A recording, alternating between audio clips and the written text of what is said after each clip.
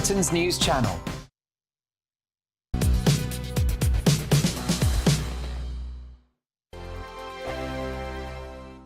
We are GB News, the People's Channel. And right across the United Kingdom. You can find us on Sky Channel 512. Virgin Media Channel 604. Freesat Channel 216. Freeview Channel 236. And YouView Channel 236. You can also take us with you on DAB Plus Radio. With the GB News app and at the website gbnews.uk. We're absolutely everywhere. Come join us on GB News, the People's Channel, Britain's news channel.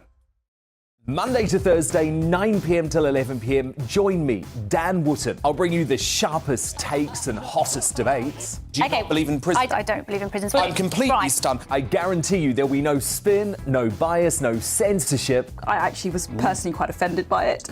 And no reason to go to bed. So I guess they've always been quite woke. That's Dan Wootton tonight on TV, radio and online. Monday to Thursday from 9 p.m. till 11 p.m. on GB News. The People's Channel, Britain's news channel.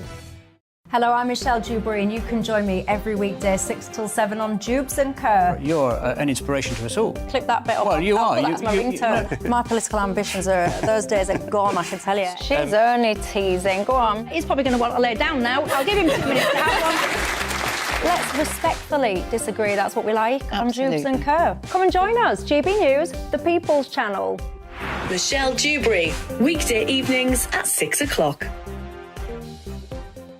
I'm Simon Evans. Join me on GB News for Headliners at 11 p.m. What's the scoop? I'll be joined by two of the country's top comedians. That's right. As we take a look at tomorrow's newspapers tonight. We're going to get into trouble. If it's a big story, we'll be covering it. Spill some tea on him. There we go. But we'll also have some fun. I wouldn't stick up a bank. My father didn't love me. So anyway. Headliners every night from 11 on GB News, the People's Channel, Britain's news channel. It's all about family, being in people's living rooms, all the interaction and getting to know who our viewers and listeners are. When I was young, my dad used to say, Nana, stop arguing. I wanted an outlet that would enable me to give my opinion. People are going through a really hard time right now, and I know that you don't feel like you're being listened to by the establishment. I came to GB News because it's the People's Channel, and I want the audience to have their say on the events of the day. We're dynamic. We do something different. Democracy shows that the wisdom of the nation is in its people.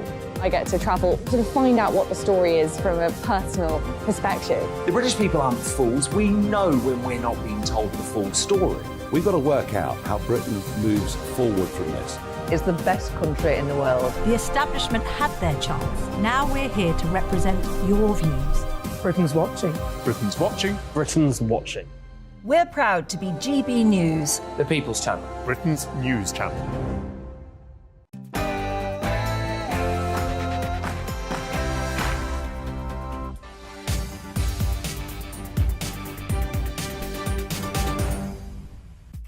It's 12 noon. A very good afternoon to you. You're with GB News Live. I'm Mark Longhurst, and coming up for you this Tuesday lunchtime. The real Easter egg hunt, why shoppers are having to search for cheaper deals this season. Soaring cocoa and sugar prices mean our favourite tasty treats are leaving a bitter and expensive aftertaste. The British Retail Consortium warns prices have yet to peak. A GB News exclusive for you. We speak to the man planning to kick this man, Jeremy Corbyn, out of his Islington North seat for Labour. It comes as Sir Keir Starmer is set to block Corbyn for standing for his party ever again. Is it the end of the road for the veteran left-winger? And Prince Harry back at the High Court for a second day as lawyers continue to make legal arguments in the case against Associated Newspapers. This time the Duke manages to avoid bumping into photographers by arriving through the back door. But coming through the front door, we've got all the latest news headlines now with Tamsin.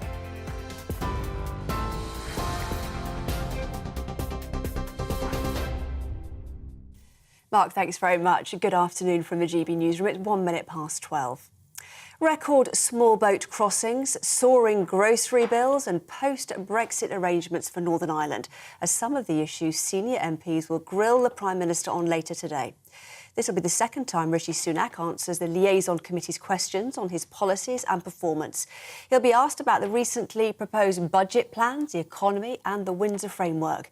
He'll also be questioned on the small boats crisis amid a Tory rebellion over the illegal migration bill. Nicola Sturgeon has officially tendered her resignation to the King as Scotland's First Minister. The vote for her replacement will happen today, with Humza Yousaf, the new leader of the SNP, set to be her successor. The 37-year-old has the backing of the Scottish Greens, as well as the SNP.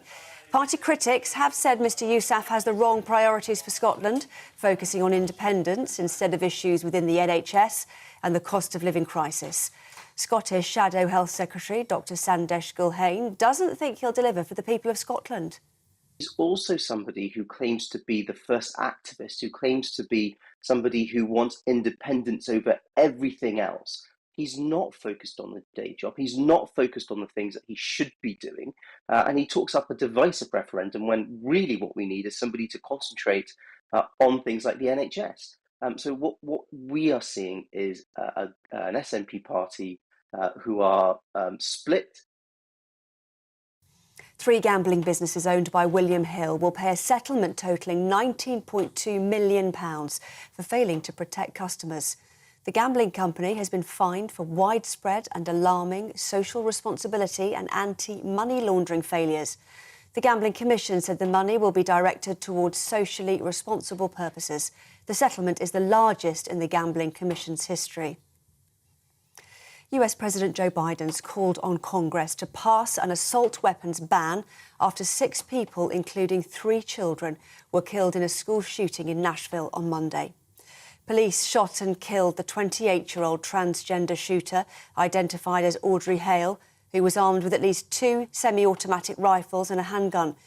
The force says the Covenant Elementary School was singled out for the attack, but that the victims were targeted at random. Belarus says it'll host Russian tactical nuclear weapons after years of pressure from US and NATO allies to change its political direction. Ukraine's neighbour defended its decision to cooperate with Russia, saying its capital has been forced to strengthen its security in the face of rising risk from the West. Belarus says the Russian nuclear plans announced by President Putin over the weekend would not break international nuclear agreements, as Belarus itself would not have control over the weapons. Britain has welcomed the Israeli Prime Minister's delay to his judicial overhaul, which sparked mass demonstrations. Hundreds of thousands of people have taken to the streets in Israel in protest at the proposed government reforms. Benjamin Netanyahu announced the delay to the controversial plan to hand over judicial control to the government. The Prime Minister's political rivals claim the plan will weaken the Supreme Court, which has kept a check on the government's use of its power. His proposed legislation would also have protected him from being deemed unfit to rule. The High Court has heard alleged unlawful actions of the Daily Mail publishers forced Prince Harry to cut off his friends. The Duke of Sussex, who's arrived in London for day 2 of preliminary hearings, has said he became suspicious of who was leaking stories about him to the press. He's among a high-profile group, including Sir Elton John and Elizabeth Hurley, also Sadie Frost, who are launching legal action against associated newspapers. The newspaper group denies the allegations, which include hiring private investigators to record private phone calls. Grocery bills may increase by more than £800 a year per household as UK grocery inflation hits a new record high. The British Retail Consortium says the rising price of sugar, coupled with high manufacturing costs, has contributed to price hikes for chocolate, sweets and fizzy drinks. The price of Easter eggs alone have gone up 6% since last year. Meanwhile, analysts Kantar show supermarket inflation has risen from 17.1% to a record 17.5%, adding up to £837 a year to bills. This is GB News. More from me shortly. Now, though, it's back to Mark.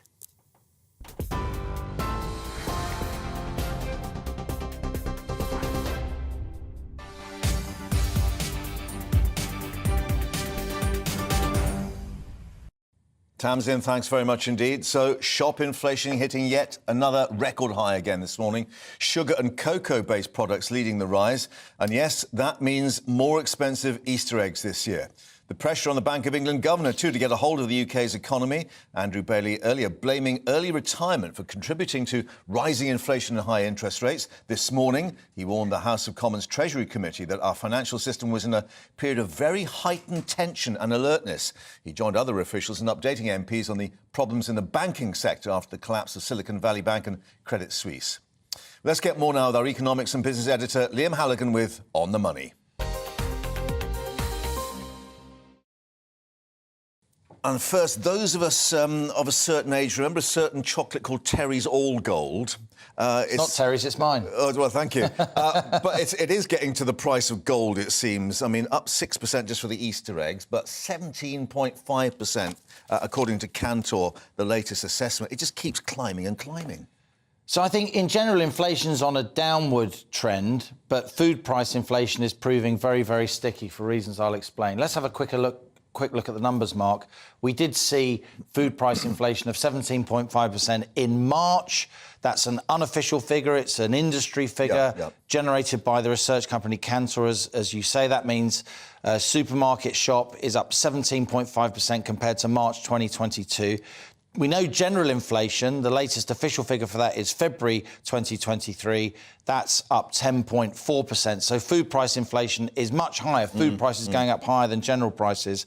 Cantor say that the annual food shop is now £837 more because of inflation than it was this time last year. And as well as cocoa, as you say, eggs, milk and cheese are up most sharply. Now, we've had this intervention from Cantor, also the British Retail Consortium, the sort of umbrella group for the big retailers. They're saying that food price inflation is going to stick around. And why are they saying that? The reason is, Mark, that farmers, they sowed their crops months ago, right? And when they sowed their crops months ago, fertiliser was more expensive, it's since come down. Fuel was more expensive, it's since come down. The price of finance also would have been more expensive during the time of that mini budget. So those high supply chain costs for farmers are bolted in, and when they sell the produce that obviously takes months to deliver, then they have to reflect those higher prices. That's why, even though you see headline inflation on a broadly downward trajectory, OK, it went up a little bit in February, but it's broadly heading downwards from about 10% to about 5% by the end of this year. Food price inflation is going to hang around. It's going to stay high because of that kind of lingering effect of high costs of planting crops. And specific problems too. I mean, we're told, for instance, in Brazil, the sugar crop hampered by bad weather, and all that's leading into these higher prices for refined sugar and therefore chocolate and Easter eggs and so on. But I mean, it's hitting people in the pocket. You know, Easter eggs 6% more expensive. Well, OK, you take that on the chin, but it's in addition to everything else. Yes, look, milk, eggs, cheese, they're not up 10%, which is the general rate of inflation, or 17%, which is the food price inflation across the board. They're up like 25, 30, 35% on the year. And this is why I've said for over a year now, ever since inflation really came to the fore, inflation for lower income households is higher than the headline numbers because they spend a higher share of their income on fuel, on food. And this is where inflation is much higher. And you're right in saying that food price inflation is higher because of bad crops. Specifics. We've had bad luck with weather around the world over the last year. But also, it's because of fertiliser prices. They stay really, really high. And as long as Russia and Ukraine are in conflict, those wheat prices, those fertiliser prices, a lot of which are exported from Russia and Ukraine, will stay elevated. Now, we've got the Bank of England Governor, Andrew Bailey, in front of MPs of the Treasury Committee today. He's already sort of said that early retirement is leading to higher inflation and therefore higher interest rates. He's now talking about the banking sector. But this very interesting quote he had in terms of the overall financial system, a period of very heightened tension and alertness. And this is the man at the top. So Andrew Bailey's on a bit of a media blitz at the moment. He's been giving a lot of speeches. He is, of course, the Governor of the Bank of England. He's been criticised a lot over the last year for being too slow to start raising interest rates. It's a bit unfair. And you've joined in that criticism. It's a bit unfair because There are 9 members of the Monetary Policy Committee, though he is the most important one. And he was saying until, November 2021 that inflation would stay transitory. And inflation was like 5-6%, more than double, getting on for 3 times the Bank of England's 2% target. And they still weren't raising rates. So what the Bank of England governor is trying to do now, as well as the banking sector, we'll come on to that, he's trying to explain why inflation was high. A lot of people would say it's because the Bank of England didn't raise interest rates far enough or fast enough. Yeah. But he said it's because firms are passing on the price of their inputs too judiciously. Like sugar costs. Yeah. And there's a lot in that. I agree with the Bank of England governor on that. Some firms have no doubt taken advantage of this inflationary environment to ramp up their prices more than their input costs would justify. That's how you get spiralling inflation.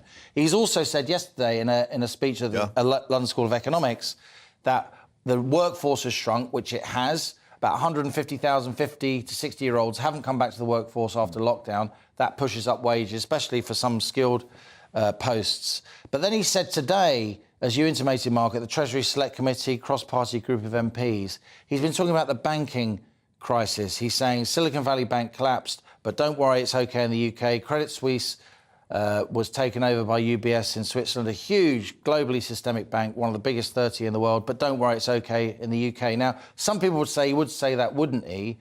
But he really does have to get out there and try and reassure financial markets and all of us, and that's what he did in this clip.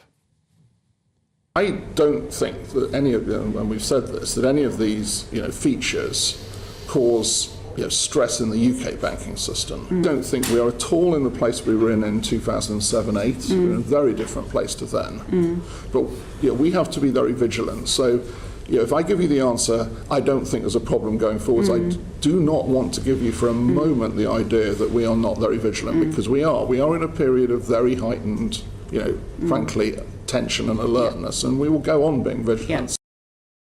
And the problem being, when he talks about the UK banking sector, of course, like all these things, they are interlinked. It's international. So therefore, if you get a Swiss bank collapsing, it has ramifications down the line for everybody else. And Switzerland, crikey. I mean, know. It's meant to be the citadel of secure banking and conservative financial and management. Expensive chocolate. And cuckoo clocks, the third man, Harry Lime.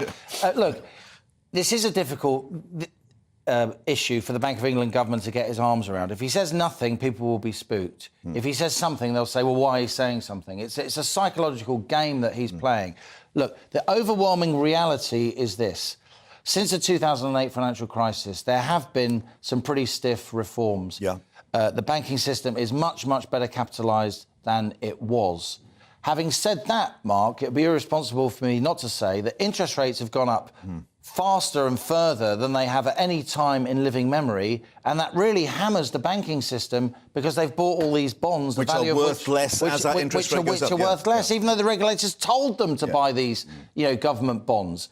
So this is what happens when you keep interest rates too low for too long. When you start raising them, the cracks start to show. I do think we'll avoid a fully blown banking crisis, but we're certainly in more danger of one than we've been at any time since 2008. Yeah, and shop around for your Easter eggs. That's the advice, certainly from perhaps some of the experts at the British Retail Consortium anyway. We'll update you, of course, on that story. But let's turn to the politics of the day now, with a certain gentleman called Jeremy Corbyn about to be blocked from standing as a Labour candidate, at the next election. Sir Keir Starmer confirming that move at a meeting of the party's ruling body, the NEC. Now, he will not be endorsed as the former candidate, currently representing Islington North as an independent, because he lost the party whip over his stance on anti-Semitism. Well, Jeremy Corbyn said Sir Keir had denigrated the democratic foundations of Labour by trying to block him from standing. Well, let's now speak to someone who may be planning to take him on by standing as that Labour candidate in Islington North, Christian Woolmar, a regular guest here on GB News on rail and transport matters. You're switching tracks, Christian, to politics. No, I have been involved in politics before. I tried to be the Labour candidate for mayor in the 2016 London mayoral election, and I got shortlisted for that, and I later stood for Parliament in the rather hopeless seat of Richmond. So I've been there before. But different kettle of fish, Islington North, which is, I think, 1983. Jeremy Corbyn was returned there. It's almost like a personal fiefdom. Do you have any chance, even if you're going to be selected as the official Labour candidate? Well, I'm sure there'll be other people who will be interested in it. I mean, I've only put myself forward because, I'm of a certain age. I've got no political career ahead of me. I would love to serve one term in a Starmer Parliament working on transport. So I have kind of some ambitions, but, there might be young thrusting things who are prepared to take on Jeremy. And that's actually the problem. Will there be kind of people who are willing to take him on, given his reputation and his experience and the fact that, as you say, he's been in that seat for 40 years. But, of course, with age comes wisdom. What would you fight the platform on, given, of course, the ructions within the Labour Party, particularly on anti-Semitism? Well, certainly, I would try to argue that I would want to make sure that the Labour Party no longer has any anti-Semitism. It must be said that Keir Starmer has done a lot to reverse that. But I'm sort of vaguely on the kind of centre-left of the party. I'm, not that far away from Jeremy, a lot of his domestic positions. I think I'm not with him on some of his international policy pronouncements, such as, for example, he was sceptical about sending arms to Ukraine, and certainly that's not, I'm totally supportive of the idea of sending arms to Ukraine. So, to be honest, I wouldn't be that far off many of the things that Jeremy believes in, but I think he has discredited himself by the fact that he didn't really stand up to anti-Semitism during his party leadership. OK, well, let's put you on the stump and let's fire some questions at you. What would you do about taxation, in particular on business and corporation tax? Well, I mean, I would take the Labour Party position there very much that, I think that corporate taxes don't deter business that much, that most of them go on very big corporations. I'm a great supporter of real capitalism, entrepreneurism at the lower level, small and medium-sized enterprises, not the great corporates who I think basically make their money through monopoly positions. OK, and transport, your area of expertise. Would nationalism, renationalising the railways be part of that approach? That's a bit of an easy full toss for me, isn't it?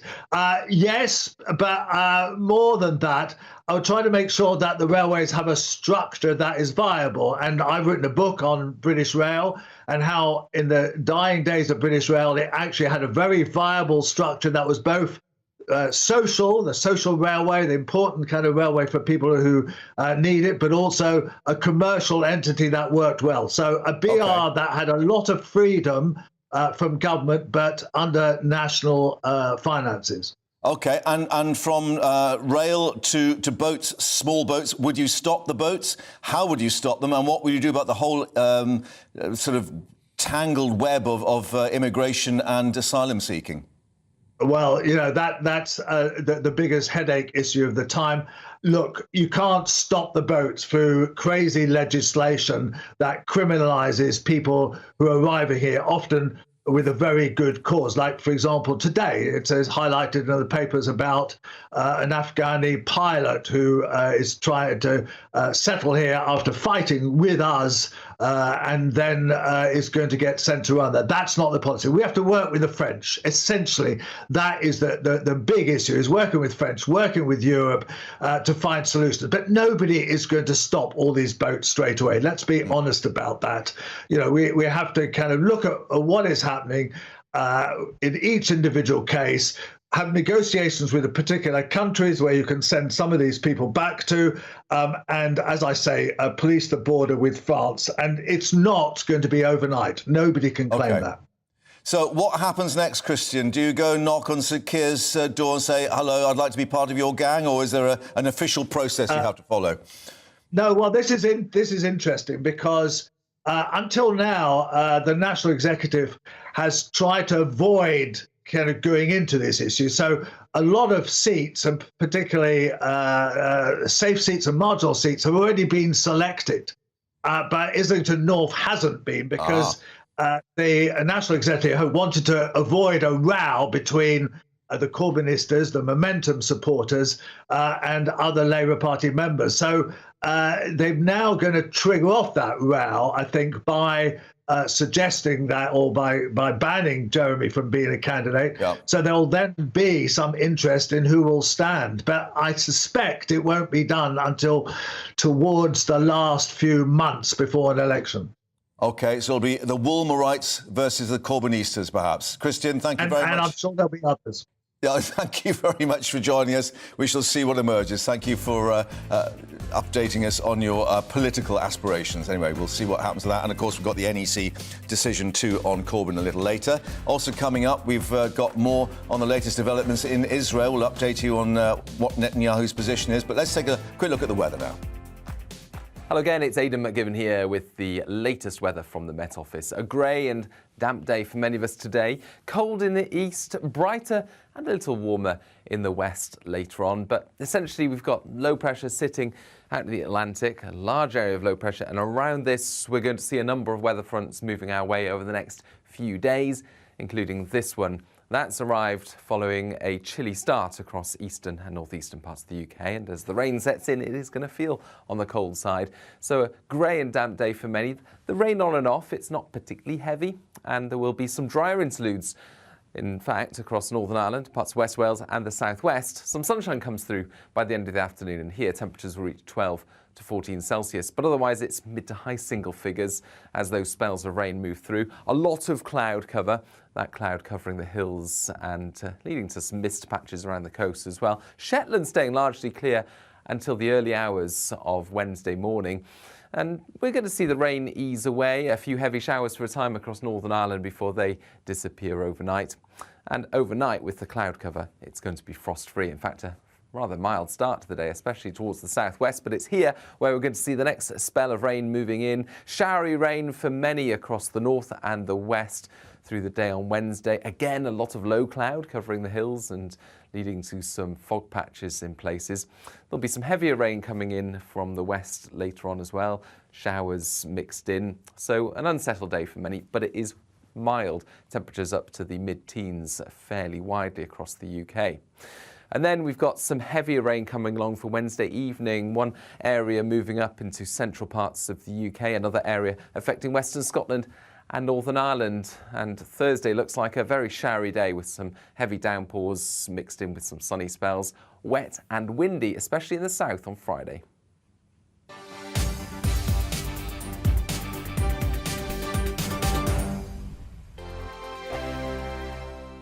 It's all about family, being in people's living rooms, all the interaction and getting to know who our viewers and listeners are. When I was young, my dad used to say, "Nana, stop arguing." I wanted an outlet that would enable me to give my opinion.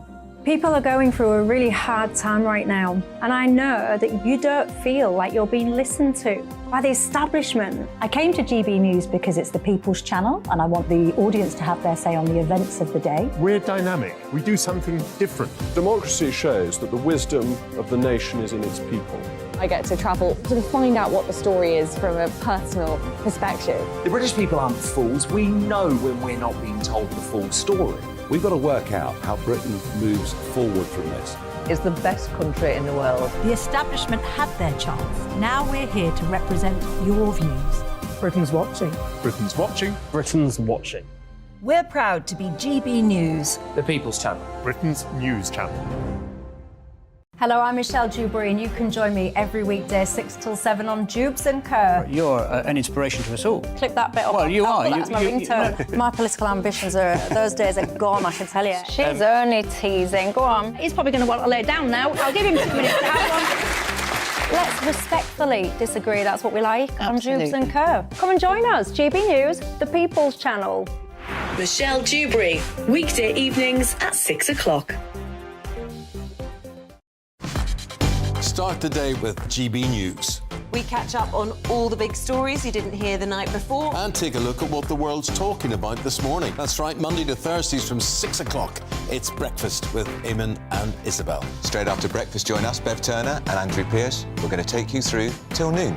We'll be tackling the big topics of the day, including the things that the other channels just won't talk about. If it's happening here. Wake up to mornings on GB News, the People's Channel. Britain's news channel.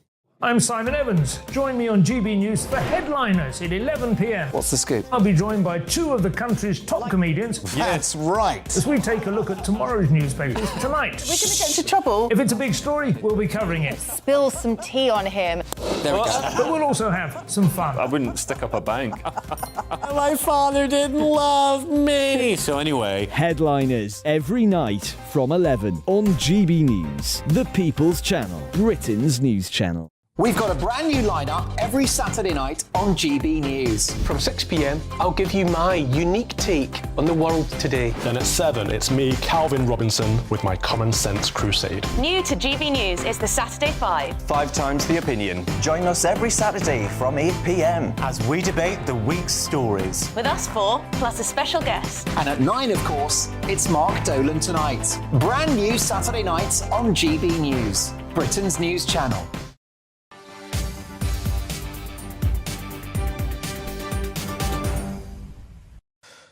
Welcome back to GB News Live. Let's bring you some breaking news we're getting from MI5. They've increased the terror threat level in Northern Ireland from substantial to severe. That means an attack is highly likely. This is coming from the Northern Ireland Secretary, Chris Heaton-Harris, in the past few minutes. Of course, you will remember that there was the attack on the off-duty policeman in Omagh who was taking a football training session, and he was shot in front of his son, still recovering after that attack. And, of course, the political tensions given the position on Stormont and the Windsor framework. But we don't know if there's anything specific that MI5 have picked up, but clearly it's serious enough for them to raise that threat level from substantial to severe. We'll get more on that as it comes through. But let's turn now to Israel. Reports suggesting the political situation there is becoming a little calmer after Prime Minister Benjamin Netanyahu warned the country was facing a potential civil war. Now, tens of thousands of people, including military reservists, had been taken to the streets to protest after he'd announced judicial reforms. Now, last night, he delayed that controversial plan to allow dialogue. Let's speak once again to Amy Spiro, who's a journalist at the Times of Israel, who we spoke to yesterday. And Amy, we were actually discussing yesterday whether he'd moved to try and calm the situation, because, of course, many of the supporters in this right-wing coalition wanted this to be pushed through. Yeah, so we spoke before he gave his speech last night, and as you know and have spoken about, he gave a speech yesterday evening, and he said that he is halting the legislation for at least a month, essentially, to allow for dialogue, to allow for talks with the opposition to come to some sort of wide agreement. And since then, things have calmed down to a degree. Obviously, the general strike that was called, that shut down the airport and shut down all sorts of stores and malls, was called off. But protest leaders say they will continue to protest. Many of them say they don't fully believe that Netanyahu is genuine in his request for dialogue, and that he'll just use this break to push through what he wants. And Netanyahu did make clear in his speech last night, it wasn't a particularly conciliatory speech. He did say he intends to move forward with legislation of some sort, but he does want to give a break to have talks, and also to have a break over Passover and over Independence Day, and times when, you know, the nation is generally celebrating together. Yeah, but clearly with the fact that he used these words, on the brink of civil war, he, like many others, must have been shaken by what he saw, because I think one of the issues that really sort of alarmed people was the fact that the military reservists joined these protests on the streets. Yeah, the reservists have been a big part of the protest over the past many weeks. It's hard to say exactly, you know, what drove Netanyahu to make this decision, because the reservists have been doing this for at least 2 months, and many have been saying they won't show up for duty again for months, and that had not pushed him to this point yet. But, you know, with the firing of his defense minister, you know, yesterday morning Saturday evening through everything, things certainly escalated. We saw much more spontaneous protests pouring into the street. And obviously he felt the need to say, all right, we will hold off. We will give a break. It could be this is what he was intending all along. And he, for some reason, wanted to get to this point and be seen as, the savior who was coming to calm the waters. But it's hard to read his mind exactly.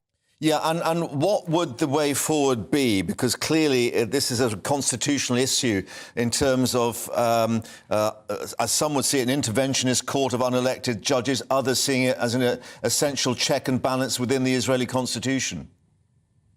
Yeah. So what we know in the very short term interim is that the president, who's largely a figurehead, was supposed to be holding talks, negotiations between the sides. You have Benny Gantz, who's a major opposition figure, and Yair Lapid, who's the leader of the opposition, saying that they will join talks, that they will send delegations to the president's house to talk things out, to try to find some sort of middle ground. The president himself, a few weeks ago, issued his own framework. It was sort of intended to be a compromise, and it was rejected immediately by Netanyahu's coalition. So, we're giving this break for talks. We're seeing what will go, but it's also very hard to see if the sides are going to reach any sort of middle ground and, who's going to be willing to budge on which issues. Yeah, and what's it done for Israelis? I mean, I think some 800,000 union members were involved in this decision to sort of go on strike, bringing the country to a halt. I mean, are people now sort of coming to terms with the fact that this really has sort of riven the country?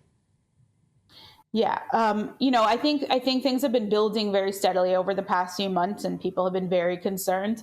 And then the past 24 hours really escalated and really, brought to an unprecedented situation where you have this protest strike movement, which Israel has not seen before. And I think people were very concerned, and there's sort of a very cautious calm now. I think people are hoping to go into Passover, which is a big holiday, all about family, and hoping to go into that, in a more calm way and not, have fights at the family dinner table over this, and hoping that some compromise can be reached. OK, Amy, thank you very much for updating us once more. And, of course, we'll assess the changing position in the days ahead. Thank you very much indeed. You're watching GB News Live. Coming up, we're looking ahead to the Prime Minister's appearance at the Liaison Committee. All the heads of the select committees questioning him ahead of the various announcements later today. And Easter, well, the price of chocolate up. So your eggs may be a very expensive treat this year. Let's get an update on the headlines now, though, with Tamsin.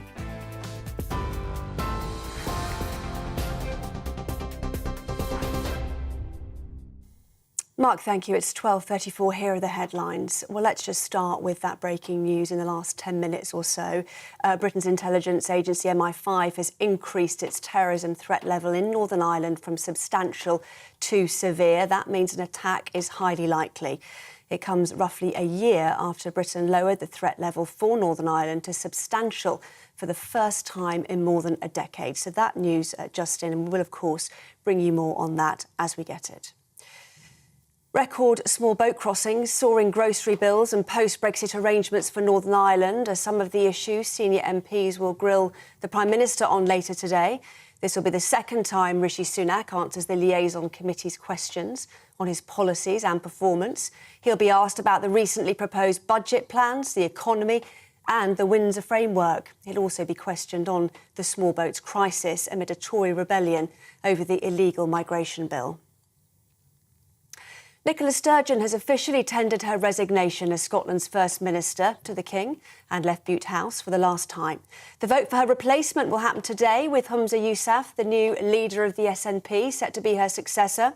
Party critics have said Mr Yousaf has the wrong priorities for Scotland, focusing on independence instead of issues within the NHS and the cost of living crisis. He's also voiced a plan to challenge the gender reforms bill blocked by the UK. US President Joe Biden's called on Congress to pass an assault weapons ban after 6 people, including 3 children, were killed in a school shooting in Nashville yesterday. Police shot and killed the 28-year-old transgender shooter, identified as Audrey Hale, who was armed with at least 2 semi-automatic rifles and a handgun. The force says the Covenant Elementary School was singled out for the attack, but that the victims were targeted at random. Prince Harry's arrived at the High Court in London for day 2 of preliminary hearings over multiple privacy claims against the publishers of the Daily Mail. He's among a high-profile group, including Sir Elton John and Baroness Lawrence, who are launching legal action against associated newspapers. The court heard yesterday how alleged unlawful actions of the newspaper group forced Prince Harry to cut off his friends. Associated Newspapers denies the allegations, which include hiring private investigators to record private phone calls. TV, online radio and on TuneIn. This is GB News.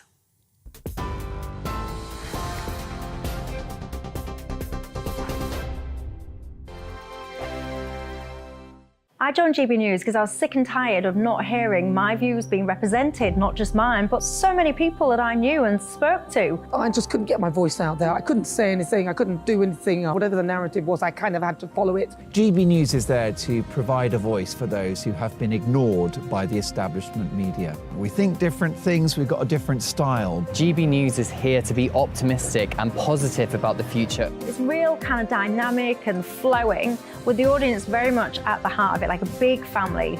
Here at GB News, we talk about the things that matter to you. Hearing the voices from right across our towns and cities, especially our towns. All sides of the argument represented with a heavy dose of opinion. We're on a mission here to make a difference. And the GB News family really is here for you, and whatever time of day you can watch or listen. Britain's watching. Britain's watching. We're proud to be GB News. The People's Channel. Britain's news channel.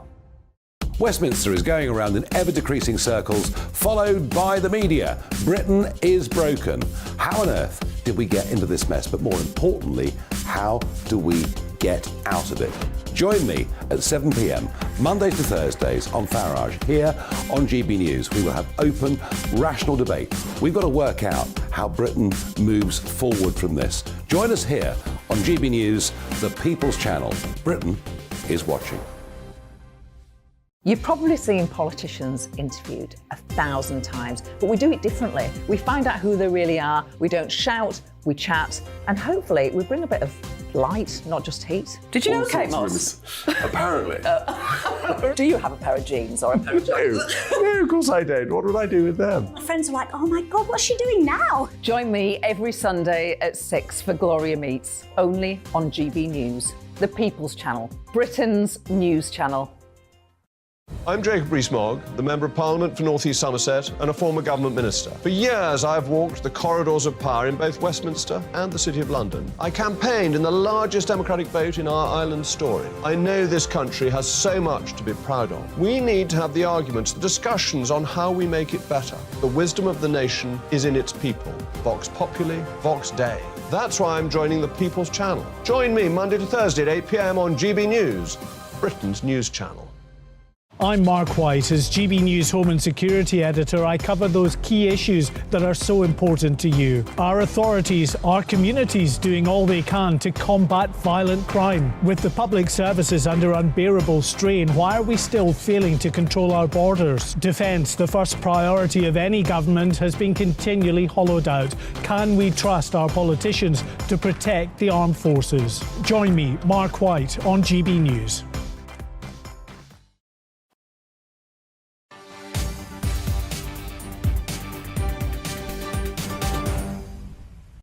Welcome back to GB News Live. Now, Prince Harry back in the High Court for a second day for a preliminary hearing, of course, with he and others accusing the Daily Mail's publisher, Associated Newspapers, of privacy breaches. Other claimants, including Sir Elton John, Elizabeth Hurley and Sadie Frost. Prince Harry, the only high-profile figure in the courtroom, though, actually, at the moment. We're joined by our royal reporter, Cameron Walker. And the Duke arriving about 10 o'clock this morning via the back door, so no bumping into photographers this time. No, not this time. I think yesterday we saw Prince Harry quite clearly wanting to make a very public statement of just how serious he is taking this preliminary hearing. He wasn't obliged to be there because it is only a preliminary hearing, and essentially it's just lawyers arguing whether or not the case should go to a full trial. But Prince Harry and other high-profile figures, including Elton John, Sadie Frost, Baroness Lawrence, all of them were in court yesterday to hear the evidence being shared. Prince Harry was frantically scribbling on a black notebook throughout the day, just taking notes of what the Associated Newspapers lawyers were defending, as well as his own lawyers. And the victim impact statements was quite striking. I mean, he was talking about the suspicion and paranoia which he felt, and the fact that he had to cut off friends because he assumes the, let's say, undesirable stories that were being written about Where's the information coming from? Being leaked. Where's the information coming from? Only those closest to him would know it, and he put two and two together and assumes that his friends were leaking to the press. But he is alleging that the press got hold of this, particularly the Daily Mail, Mail on Sunday, Mail Online, that it was done through, they got the information through illegal means. Associated Newspapers are denying all of that. Yeah, and just to reiterate, this is not actually even the full hearing, even though it's 4 days. This is a preliminary hearing. Associated Newspapers are making a bid to have the claims dismissed without trial. Their lawyers saying the allegations firmly denied, and they are stale in the legal sense, brought too late, and making a bid to throw out the cases. But interesting that the allegations were aired, and we say again they are denied, but including the hiring, it was alleged, of private investigators to place listening devices inside cars and then the accessing and recording of private phone conversations. Quite detailed allegations. Very, very detailed allegations, spanning over a number of years. The earliest allegation dates back to the 1990s. The latest is 2018. So we're talking 30-odd years here. Other allegations which have come out is commissioning of individuals to listen and record private telephone calls, payments of police officers with links to corrupt private investigators in order to try and obtain information, allegedly. Also impersonation of individuals to obtain private medical information as well. As I said, Associated Newspapers are denying everything, and actually when the lawyers put the claim into the court, the claimant's lawyers, Associated Newspapers said that they were preposterous smears and pre-planned and orchestrated attempts to drag the Mail titles into into the phone hacking scandal. But these high-profile individuals, 6 in total, clearly feel there is enough evidence for it to go to a full-on blown trial, because 4 of them or 5 of them were in court yesterday for the first of a preliminary hearing. As I said, they weren't obliged to do that. But it is up to the judge after this 4-day hearing to decide whether or not there is enough evidence to go to a trial. And you've talked about impact. I mean, Sir Elton John and the views of his husband, David Furnish, as well, indicating the impact it had on them. They had to have security monitors installed because they were wondering, again, where is this information coming from that was going into the public domain? Yes, and the lawyer also argued that Elton John was so concerned about private telephone calls that he was making, and which included very personal information, was being listened to by a third party, allegedly. So there was a lot. The theme really was fear and paranoia, and also perhaps a betrayal. And Prince Harry's lawyer also talked about the fact that the newspapers basically came up with, made lots of promises following the death of Diana, Princess of Wales, and the alleged kind of parts the press potentially played in that, particularly paparazzi chasing the car on motorbikes. And the betrayal Prince Harry's lawyer says Harry feels, because he says essentially is implying that nothing has changed. That is what is alleged. As I said, Associated Newspapers are seeking the case to be dismissed. They're saying there's not enough evidence. The claims have come too late, like years after the fact. So we'll just have to wait and see what the judge decides at the end of these 4 days. But interesting that the indication that he's back in court today, that he may well be attending for this 4 days now, that we infer. I think perhaps we can safely assume he is planning to do that. It was a surprise he was there yesterday. There was questions this morning whether or not he would turn up today as well. He clearly has. I would expect him to be there for the whole day in court. And then he's got another 2 days there as well, potentially. I think it also perhaps confirms that he's not afraid to come to the United Kingdom, particularly now that as we're only 6 weeks away from the coronation in terms of security. We saw him with security guards yesterday, and he bumped into a photographer actually on the way in. They were presumably, and we understand, his US security team rather than Metropolitan Police protection, which he is no longer entitled to. Because there is just to update people on this as well, there is a separate legal case then when he's taking the Home Office to task, as he would see it, for not providing proper state protection or royal protection squad? Yes, he is. He's suing the Home Office over their decision not to allow him to pay for his own police protection when he's in the United Kingdom. Prince Harry says he's offered to pay for his own police protection himself, and the Home Office has essentially said it's, you know, police are not for sale. That trial is still very much ongoing, and interestingly, in fact, Prince Harry is suing Associated Newspapers again in a separate case over an article written by the Mail on Sunday over the Home Office decision not to allow him to pay for his own police protection. That's a defamation case. So that's a separate legal process that we haven't even started that? Absolutely. It has been started, but it's... But again, that was a preliminary hearing.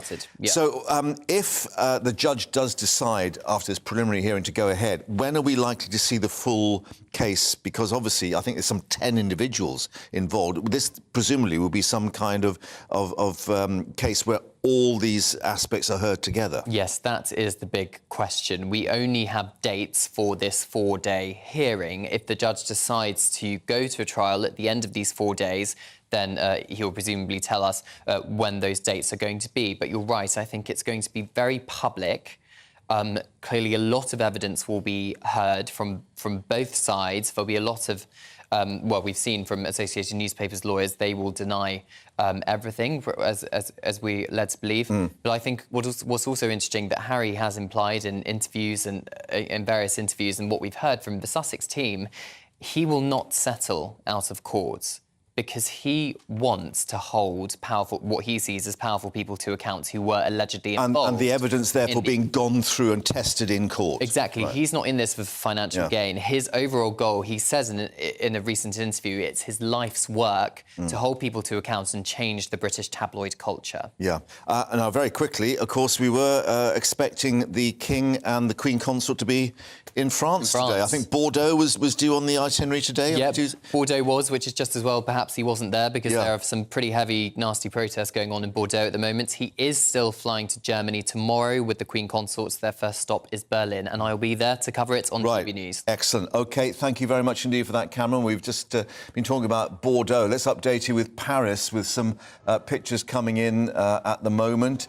Lots of protesters. We are being told that across France it's believed 1 million people could be taken to the streets, but very different scenes to the burning tyres and bins being set alight. And as Cameron was indicating, the scenes in Bordeaux where that town hall was set alight. But clearly they are still wanting to have their voices heard with the various unions and their flags there. Just to reiterate, it is officially a protest at the moves by President Macron to raise the state pension age from 62 to 64, but many political commentators saying that it is rather more widespread in terms of more general comment in terms of the critics of Macron's stand on other issues, social issues. President Macron himself saying he will push through the reforms. He is in his second term, so doesn't have to worry about re-election, and therefore says he is not concerned about his personal popularity or otherwise, saying these moves need to be done to improve the French economic position. But clearly the protests continuing, which is why, of course, the visit of the King and Queen Consort was postponed. Well, there we are. There's President Macron there, I think with Margaret Thatcher painted on the same gouverne par d'esprit. So the protests continuing, but peaceful at the moment, and we'll keep you updated across both Bordeaux, Paris and other cities throughout the afternoon. Now, to north of the border here, the SNP preparing to swear in their new leader. Will Hollis has been spending some time in Corby because it's also known as Little Scotland. Well, let's find out what the local people have had to say there about this new First Minister, rather further north. When thousands of Scots moved to the Midlands in the 1930s, they brought with them more than just a desire to work. They came with their culture too. Marina runs the Highland Dance School in Corby. A lot of the dancers that are at the dancing school all have Scottish heritage, whether it be from their parents or grandparents. And as a big Scottish community that Corby is, known as Little Scotland, we have actually 6 dancing schools in Corby. Around 1 in 10 people living in Corby were born in Scotland. It's nearly a century since the mass migration south toward jobs in the steelworks. But to many proud expats here at the Grampian Social Club, the big news north of the border is about as interesting as a kilt made out of cardboard. Derek's family moved here when he was a boy. He pays little notice to Scottish politics. I follow politics down here. I'm a Conservative fan, but Scotland, no. During his campaign, the SNP's newly elected leader, Humza Yousaf, was badged the continuity candidate. He may move policy priorities, like independence, around slightly, yet overall it's likely to be the same game his old boss, Nicola Sturgeon, was playing. At Corby's chess club, Frank has fond memories of the Highlands. I was established up there, got my friends and that, and I come down to Corby and it was, where's the mountains, where's the lochs and all that, you know. Now England's home, and it has been for half a century. I'm down here and I'm not taking a lot of notice what's happening up there now, you know. I'll go and visit it now and again for, you know, it just reminds me of my early days up there, but I'm not living there, so I don't think I will ever go back to Scotland, you know. So it doesn't matter to you what happens with the politics? It doesn't matter at all, no. The SNP's new leader takes power against a tricky backdrop. Deep party divisions and a police probe into the use of ring-fenced funds means the change coming to Scotland is unlikely to be smooth. Will Hollis, GB News in Corby. And, of course, we'll update you from Scotland itself with the SNP meeting to push through the vote for First Minister, with Humza Yousaf likely to be voted in with the support of the Scottish Greens. Although we have to say Douglas Ross of Labour in Scotland says he will also put his name forward as candidate for First Minister. So there may be a little bit of tension there in Scotland a little later. We'll update you from Holyrood on that. But let's reflect, as we told you at the top of the programme, an issue many looking to buy an Easter egg, of course, with the season approaching, but the prices of chocolate, sweets, fizzy drinks jumping through the roof. Price inflation is at the shops hitting a new high in March, the latest figures telling us. British Retail Consortium saying that rising sugar and cocoa and manufacturing costs pushing food inflation for the year to 15%. In March, up from 14.5% last month. The price of fresh food now at 17% higher than last year, the highest on record. And the Retail Consortium saying that we've still got more price rises to come through the system. Ouch. Let's cross to Horsham now and speak to our South East of England reporter, Ray Addison, who's managed to find himself a chocolate and sweet shop. That's a very expensive place to be, it seems, Ray, at the moment.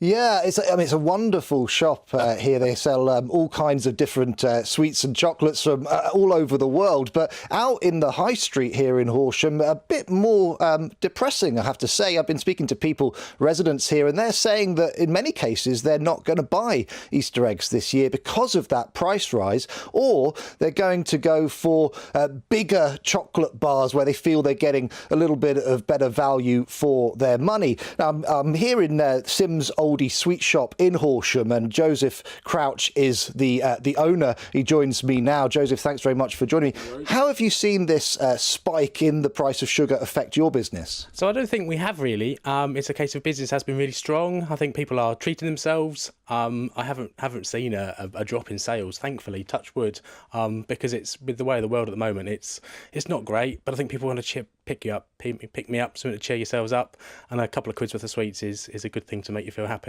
Now, in terms of the Easter eggs, obviously that's a seasonal thing that seems to kind of come in a little bit earlier every year, and you've got a range of products here. Are people buying Easter eggs? Are they going for the more expensive ones or the cheaper ones? I've never really liked Easter for that very reason, as in it's really difficult to price match in comparison to supermarkets. When you're an independent business, as in buying my Easter eggs at my wholesalers, I'm better off buying them from the supermarkets, which just doesn't make sense in business. So I just try and avoid the £2 Easter eggs, the £3 Easter eggs, just because there's no money in it. It's really tough. Yeah, in that sense, that's quite a shocking thing to have to sort of say. In terms of buying your Easter egg, it's cheaper for you to go to the supermarket than to go to a wholesaler. As in, you think when a customer comes in here, you think you're going to a dedicated sweet shop. They would have the best prices, but we don't. As in, it's just supply and demand, and it's a case of when I phone up Cadbury's and be like, hello, I'd like to order 100 Easter eggs, and they go, well, we've got a big supermarket that's got, I don't know, 300, 400 stores. They just laugh at me. So it's really tough. And with the prices of everything, it's just skyrocketed. Sugar's increased by 60%. Toblerone have put their Toblerone bars up by 42%, which is a massive, massive jump. And you just can't suck it up all of it. And it's a case of, I'd love to be able to drive a Ferrari, but as in, that's not why we're increasing the prices. Now, I was saying earlier in the intro that you have a wide range of sweets and confectionery here, and you import a lot from around the world. So are you seeing these price rises happening globally? Yeah, it's across the whole board. As in, we've got about 15, 16 different suppliers that I use fortnightly, and every item's gone up. My fudge has gone up by 25%. And when you try and put that as a percentage, as a price increase, people nearly fall over. But it's a case of it's just the way the world's gone at the moment, and it's scary. It's not fun, but that's the wave that we're sailing at the moment. Joseph, thank you very much for joining us. Really appreciate it. We are hearing that although prices are high at the moment, that's partly down to harvests suffering around the world. Now, those harvests more recently, in recent months, have started to improve. So we may see those sugar prices starting to come down, although not in time for Easter. Indeed, I think Brazil's had a really bad sugar harvest, of course. But another GB News exclusive, the sweet shop that has to buy its Easter eggs from the supermarket. There we go. Ray, thank you very much indeed for updating us there in Horsham. And, of course, we'll assess the impact of all the latest figures with Liam a little bit later as well. Coming up, don't go anywhere. We've got plenty more coming up with all the politics and the protests in Israel and France. Stay with us.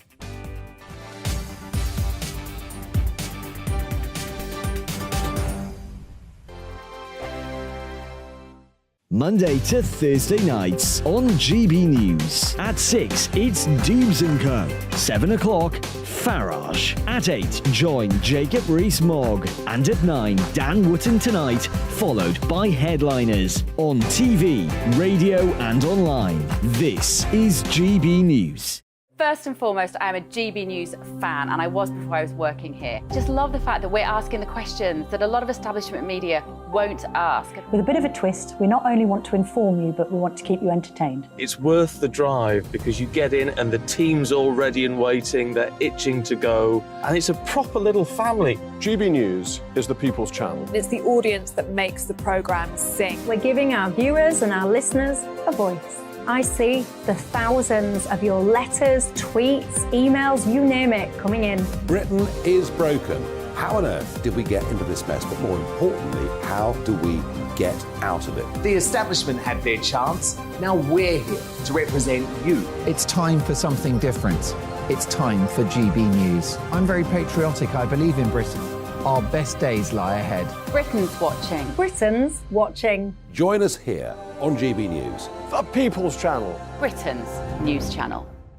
Join me, Patrick Christie's, Monday to Friday, 3 till 6. We tackle the day's news agenda like you've never seen before. It's high tempo, high octane, the most controversial topics, and the best guests. You will not be able to take your eyes and ears off it. I'm not afraid to ask the questions that you really want answered. 3 till 6 p.m, Monday to Friday on GB News, the People's Channel, Britain's news channel. GB News has its own late-night paper preview show, Headliners, where comedians take you through the next day's top news stories. You don't have to bother reading the newspaper, we've got it covered for you. Headliners, every night at 11 p.m, and repeated every morning at 5 a.m. We won't send you to sleep like some of the other paper review shows out there. GB News, the People's Channel, Britain's news channel.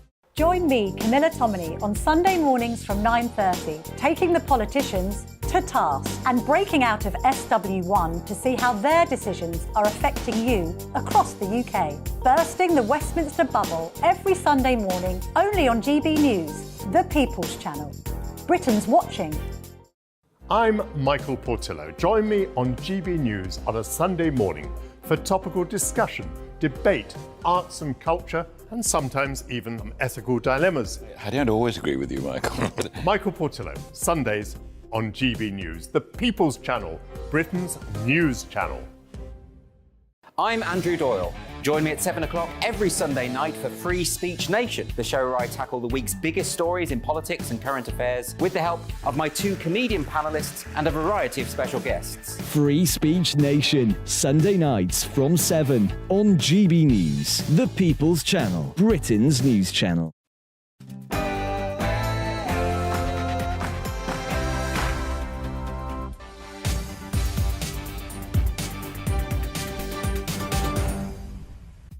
Very good afternoon. You're with GB News Live. I'm Mark Longhurst, and coming up for you this Tuesday afternoon, more on the breaking news from MI5. It's increased the terror threat level in Northern Ireland from substantial to severe. That means an attack is highly likely. Northern Ireland Secretary Chris Heaton-Harris has said that there are individuals who remain determined to use force. We'll have more from Northern Ireland shortly.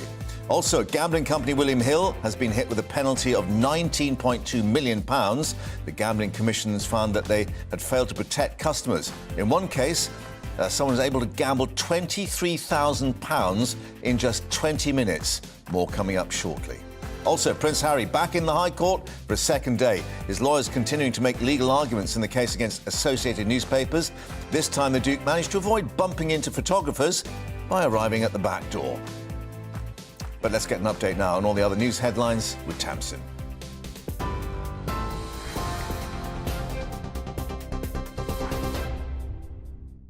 Mark, thanks very much. Good afternoon from the GB Newsroom. It's 1 MI5. MI5 has increased its terrorism threat level in Northern Ireland from substantial to severe, meaning an attack is highly likely. In a statement, Northern Ireland Minister Chris Heaton-Harris says an increase in terrorist-related activity in recent months has targeted police officers and put lives at risk. It comes roughly a year after Britain lowered the threat level for Northern Ireland to substantial for the first time in more than a decade.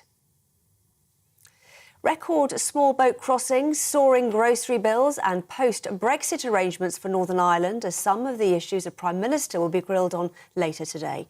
This will be the second time Rishi Sunak answers questions from the liaison committees on his policies and performance.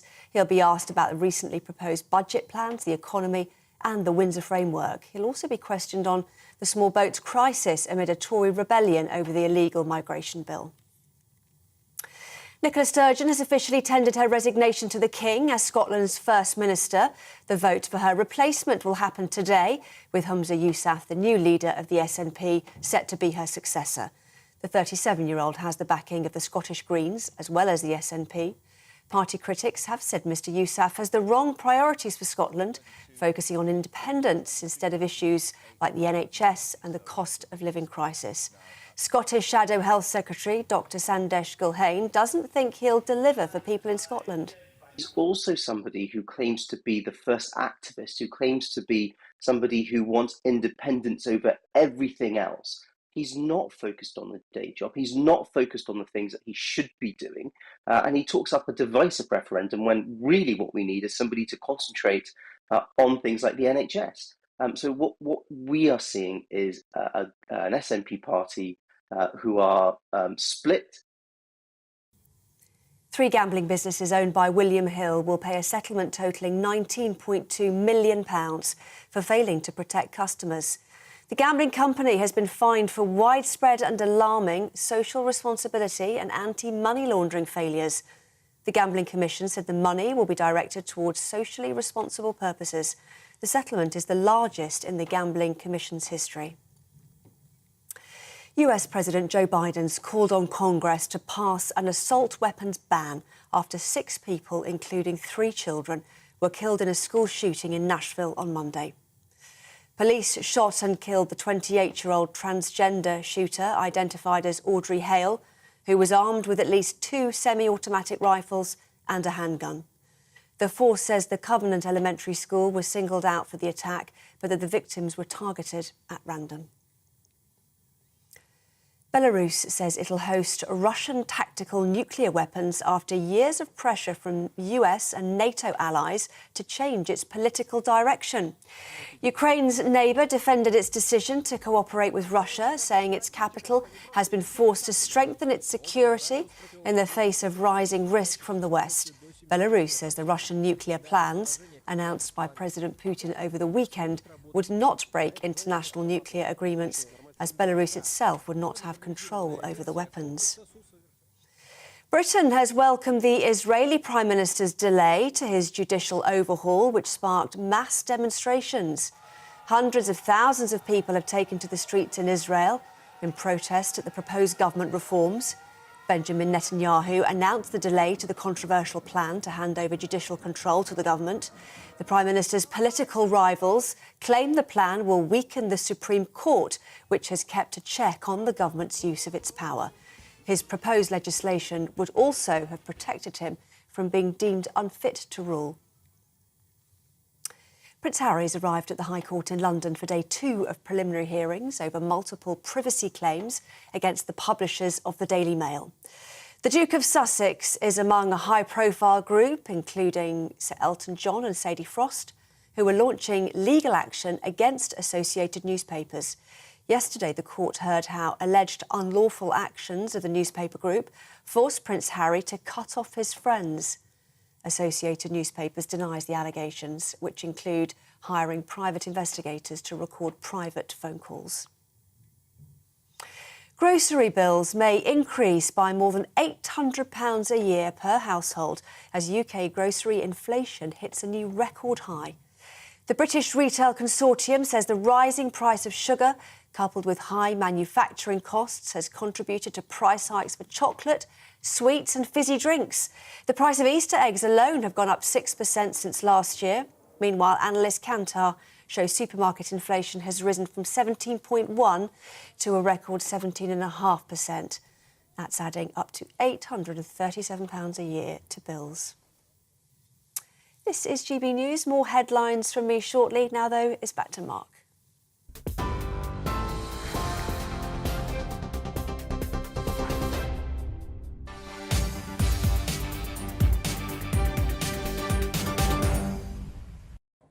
Tamsin, thank you very much indeed, and welcome back to GB News Live. Now, let's take you back to France, because we've got some extraordinary scenes starting to unfold. Well, an extraordinary chicken there in Paris. But there is something rather serious going on, because the Interior Minister has said that the gendarmerie and the police are preparing the biggest security operation in recent French history because they fear rioters will want to bring what they call fire and blood to the streets.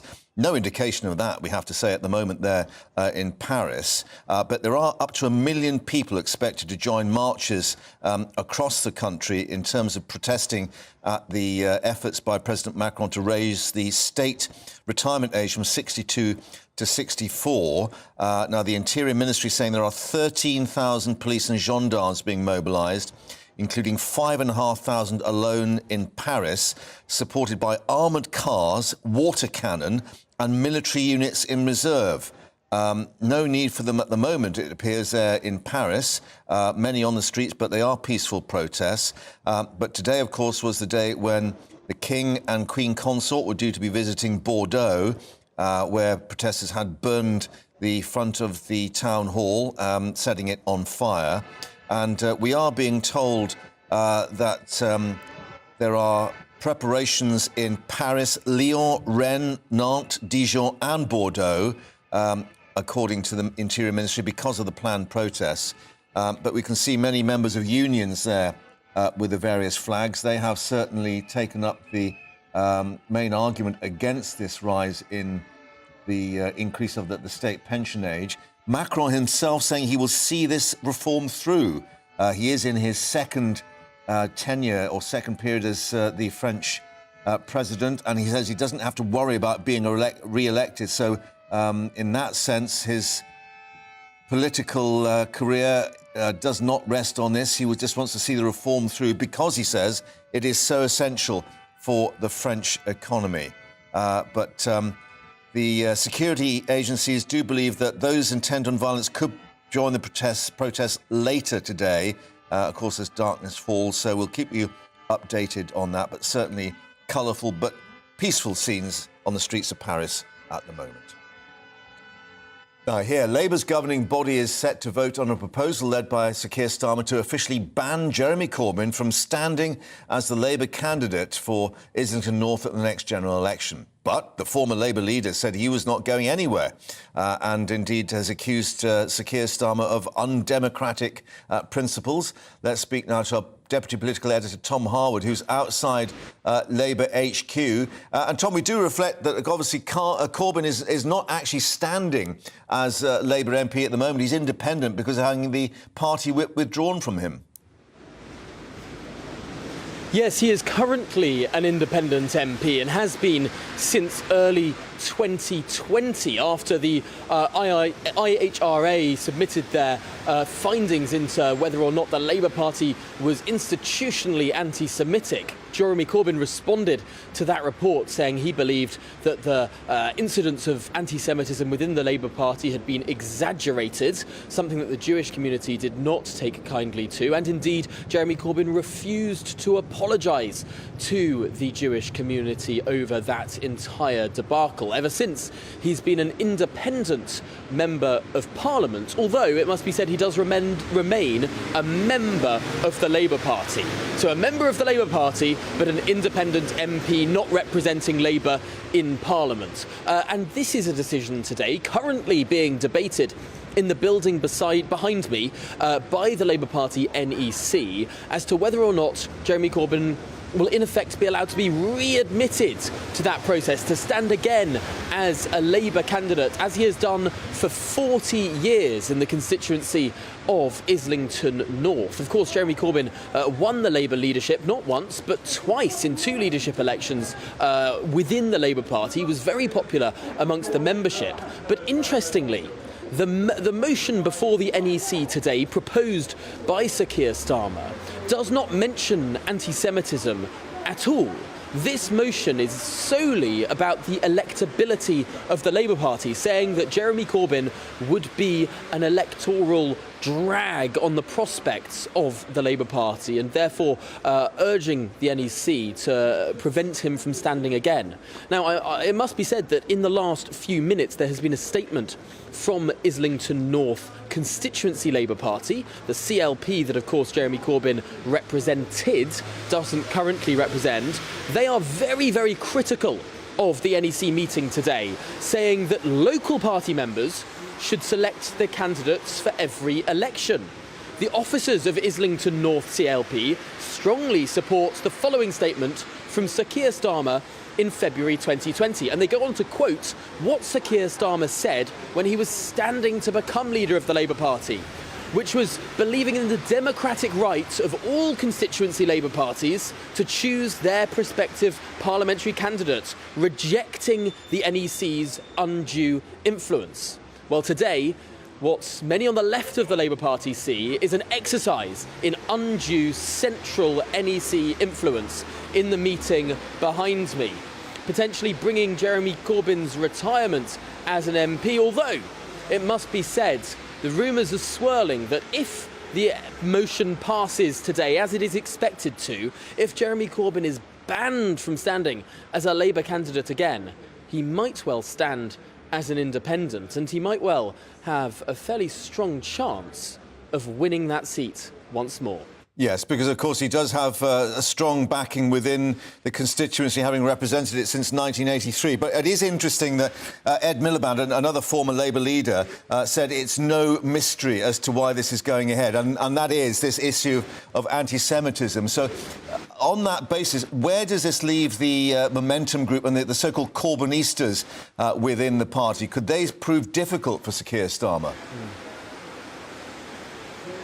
Well, absolutely, and Momentum have issued a statement as well, saying that this is not a process that should be taking place. They view it not the role of the central party to dictate to the local parties who they can and cannot select. And clearly this is an issue that will rumble on. We mustn't forget that almost every single Labour MP, save for the few that have been elected in by-elections in the last couple of years, almost 200 Labour MPs were of course elected in 2019, standing on a manifesto that wanted to make Jeremy Corbyn Prime Minister. It is the most remarkable turnaround in this party, and some around Sir Keir Starmer have been privately saying that this electoral tactic, they believe, could be their own Clause 4 moment. If we remember back to 1994, when Tony Blair became leader of the Labour Party, one of his early acts as leader was to change the wording of Clause 4 of the Labour Party constitution, which was originally a clause that committed the Labour Party to nationalisation of industry. He got rid of that clause in what was seen as a very symbolic modernising moment for the Labour Party, moving away from its unelectable era of the 80s and towards its march to that landslide election victory in 1997. Sir Keir Starmer is hoping that he can provide a similar sort of watershed moment, a break from the past, the electoral defeat of Jeremy Corbyn in 2 general elections, and moving forward to a new Labour Party, a refreshed Labour Party with this very symbolic move today. Whether or not that will be having the impact of the Clause 4 moment under Tony Blair, however, is an open question. After all, it was only very recently that Sir Keir Starmer was saying Jeremy Corbyn should become the Prime Minister, that he was describing Jeremy Corbyn as his friend, that he was saying that he wanted to keep the policies of Jeremy Corbyn and advance them further. A bit of a flip-flop from the leadership of the Labour Party. OK, and just give us a quick update on the timing of all this, Tom. When is this likely to go through? Well, the meeting is currently taking place as we speak, and I've been told it should all be wrapped up by the end of this hour, so not long to wait. OK, we'll be back to you, of course, as we hear more and get some reaction as well. Tom, for the moment, thank you very much indeed. Right, so from politics in London to politics in Edinburgh, SNP leader, as he is now, Humza Yousaf, set to be confirmed, possibly, as Scotland's new First Minister this afternoon after winning that leadership election yesterday. Let's speak to Michael Blackley now, political editor at the Scottish Daily Mail. I say possibly, Michael, because we do hear that Douglas Ross, the Tory leader there in Scotland, says that he may put himself forward in the vote for First Minister, and also Anas Sarwar, the Scottish Labour leader, calling for a proper Holyrood election. So perhaps not the rubber stamping that we were expecting. Yes, it is a bit of a formality that the appointment will go ahead. All the opposition leaders, or certainly some of the opposition leaders, always tend to put themselves forward because it gives them an opportunity to talk about the new First Minister, to put forward some of their ideas. But the SNP is by far the biggest party in the Holyrood chamber, so there's no doubt about the fact that Humza Yousaf will be selected by MSPs as the new First Minister today. He'll then need to set about really trying to bring together a pretty divided party after a really divisive leadership contest. He'll be sworn in as First Minister at the Court of Session in Edinburgh tomorrow, and then he'll try and put that cabinet team together. And I think that's the point at which we'll be able to see whether he really can bring together this party or not. Yeah, and already indicating that he'll try and get this controversial gender reform bill back on the statute book. One wonders that, given all the problems previously, independence is going to come quite a way down the sort of in-tray. He's got a lot on his plate. Yes, the gender reform bill will be particularly interesting because the deadline is approaching for the Scottish Government to decide whether to launch a judicial review into the UK Government's decision to block that legislation from getting royal assent. Even within the SNP, this is a hugely divisive issue, and there's a view within the SNP that they simply shouldn't be continuing to pursue this. That it's an issue that they're at odds with the public on in pushing this legislation through. And I've spoken to some in the SNP who just want the issue to quietly go away. They don't want taxpayers' money spent on a legal challenge because it will just anger the public, certainly those in the public that are opposed to this all the more. And just very quickly then on the bigger sort of political picture, it's interesting. So John Curtis, the psephologist, looking at the polls, indicating that Labour may have an opportunity to win at least 10 Scottish seats if there is a Holyrood election. Labour at 30%, just 10% now behind the SNP.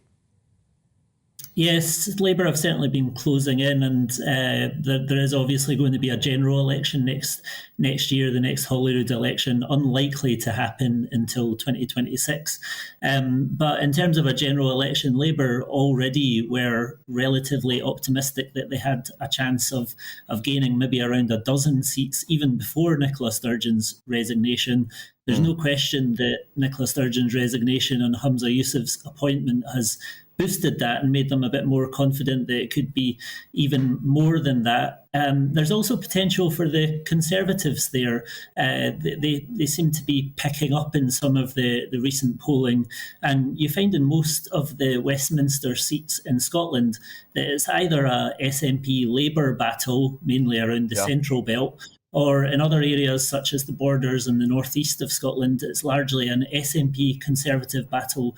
So the Conservatives will be buoyed as well by what's happened recently, and they'll feel that they can potentially pick up seats as well. Yeah, and hence maybe Douglas Ross putting himself forward as the first minister candidate. But we shall see what emerges, of course, later this afternoon. Michael, for the moment, thank you very much indeed. Now, as we told you a little earlier, MI5 increasing the terror threat level in Northern Ireland from substantial to severe. That means an attack is highly likely. In a statement, Northern Ireland Minister Chris Heaton-Harris saying the increase in terrorist-related activity in recent months targeting police officers, putting lives at risk. Well, let's speak now to John Laverty, Executive Editor at the Belfast Telegraph. And John, clearly he's pointing to the attempted murder of John Caldwell in Omagh last month. But I think this is the first time that it's been altered since last year when it was lower to substantial. So clearly it's a reassessment of the whole picture there. Yeah, very, very much so. I mean, the attempted murder of John Caldwell last month, I think it shocked an awful lot of people. And dissident Republicans have been on the march, so we say, for the last 5 or 6 weeks. I think that the members of the new IRA who attempted to kill DCA Caldwell obviously failed in that mission, and they want another one. They want to cause something that will cause ripples right across Britain, Ireland, and the rest of the world. They didn't achieve it the last time, which is why the threat is now severe, because intelligence coming in through MI5 and, of course, the PSNI's own intelligence networks has shown that they're moving, they're mobile, and they have targets, and the targets are obviously PSNI targets, police targets. But as they showed with their callous disregard for everybody when they tried to kill DCA Caldwell, several of those bullets could have hit children. It was outside a leisure centre, lots of young people there, and the targets are the police, but these people are indiscriminate. They don't care who they take with them. Yeah, and who are the individuals? I mean, have they got a handle on where this particular threat is coming from? Are they the old dissident groups that are re-emerging, or a new generation? No, they are the old dissident groups. I mean, take your pick. There's the real IRA, the new IRA, the continuity IRA. Yeah. I mean, the one thing they do not have a lot of followers. They're not big, and they're very easily infiltrated, which is maybe ironically one of the reasons why that the PSNI and MI5 are really onto them at the moment. And they don't have a lot of support. They certainly obviously have no support from Sinn Féin or any of the any of their members, but quite the opposite, in fact. So, but the threat is they still have guns, they still have explosives, and explosives have been found recently. So it's a worrying time for members of the PSNI and their families. And of course, anybody who happens to be around when one of these attacks happens, and hopefully it never will. And the background being, of course, that we got the anniversary of the Good Friday Agreement coming up, and suggestions that we may even have President Biden coming to visit. So clearly, the tensions are heightening because of that very fact. Yeah, very much so. I mean, these dissidents would love to make the headlines again before President Biden. I'm pretty sure he is coming. I mean, there's a lot of police on both sides of the border have had their leave cancelled for April, and we're pretty certain that President Biden is coming. But this whole thing's it's actually quite ironic at the moment, because our headlines in our newspaper over the last 2 or 3 days have involved paramilitaries from the other side, from the loyalist paramilitaries who are having a feud in North Down, but they, of course, do not target the security forces or the PSNI. The threat is definitely coming from dissident Republicans. John, thank you very much for updating us, and of course we'll see what emerges with that new terror alert. Thank you very much indeed. Let's bring you some breaking news now here on GB News Live. We were updating you on the situation as regards Jeremy Corbyn. We can now tell you that Labour's National Executive Committee has indeed approved Sir Keir Starmer's motion to prevent Corbyn from running to be an MP for the next election. It is now official. We'll be getting more reaction from the NEC and, of course, Tom Harwood, who's there for us. Also coming up, talking about William Hill, who've now been hit with a record £19.2 million fine. That's coming up in a moment.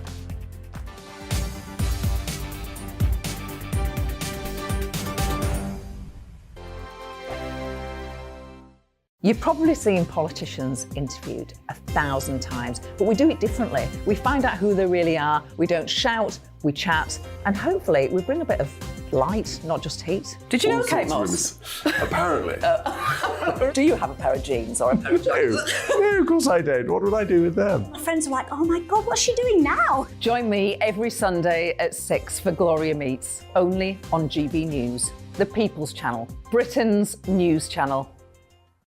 I'm Jacob Rees-Mogg, the Member of Parliament for North East Somerset and a former government minister. For years, I've walked the corridors of power in both Westminster and the City of London. I campaigned in the largest democratic vote in our island's story. I know this country has so much to be proud of. We need to have the arguments, the discussions on how we make it better. The wisdom of the nation is in its people. Vox Populi, Vox Dei. That's why I'm joining the People's Channel. Join me Monday to Thursday at 8 p.m. on GB News, Britain's news channel. Here on GB News Live, we'll be keeping you in the picture, finding out what's happening across the country and finding out why it matters to you. We'll have the facts fast with our team of reporters and specialist correspondents. Wherever it's happening, we'll be there from 12 noon on TV, radio and online. GB News, the People's Channel, Britain's news channel. I'm Andrew Doyle. Join me at 7 o'clock every Sunday night for Free Speech Nation, the show where I tackle the week's biggest stories in politics and current affairs with the help of my 2 comedian panellists and a variety of special guests. Free Speech Nation, Sunday nights from 7 on GB News, the People's Channel, Britain's news channel. I'm Michael Portillo. Join me on GB News on a Sunday morning for topical discussion, debate, arts and culture, and sometimes even ethical dilemmas. I don't always agree with you, Michael. Michael Portillo, Sundays on GB News, the People's Channel, Britain's news channel.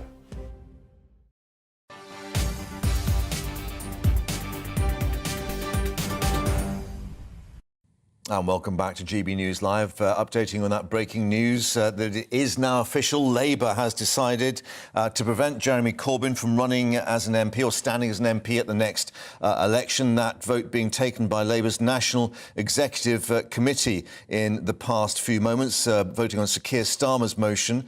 And we're being told that the voting is 22-12.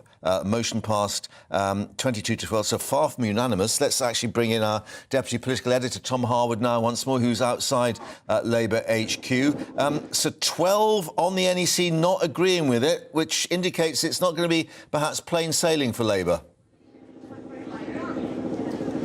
Certainly not. We know there is a large constituency within the Labour Party that is still supportive of Jeremy Corbyn. However, we also know that the constituency that is supportive of Keir Starmer is larger. 22-12 is quite a large majority for Keir Starmer's motion. Of course, it's very unlikely that he would have brought the motion before the NEC unless he believed he had those votes, because this is a contentious issue. Of course, Jeremy Corbyn did lead the Labour Party for the best part of 5 years. He led the party into 2 general elections, although he was defeated in both of them. He stood to be leader of the Labour Party twice, of course, and won both times. So, yes, there is a big movement that supports Jeremy Corbyn, but clearly the current Labour Party leadership, despite having won over much of that audience in order to get into the position of Labour Party leader in early 2020, Sir Keir Starmer has done an about-turn on his friendship, on his support, and on his continuation of the Jeremy Corbyn project. He's now eschewing that, and we've seen the big symbolic issue of that before the NEC today. The vote was passed at 21 minutes past the hour after around an hour and 20 minutes of the meeting, of debate, of different sides putting across their points of view. But it has been clear for some time that there is a pro-Starmer majority on the NEC now, so it must be said this isn't a particularly surprising outcome. What we don't know, however, is how Jeremy Corbyn will respond. He's yet to release a statement, although we are only speaking in the minutes after this decision has been made. There is a huge amount of rumour that Jeremy Corbyn may stand as an independent. However, if he declares his intention to stand as an independent, that is in contravention of Labour Party rules and he would be expelled as a member. One other path that Jeremy Corbyn might take is to try and judicially review the NEC decision, try and take the Labour Party to court.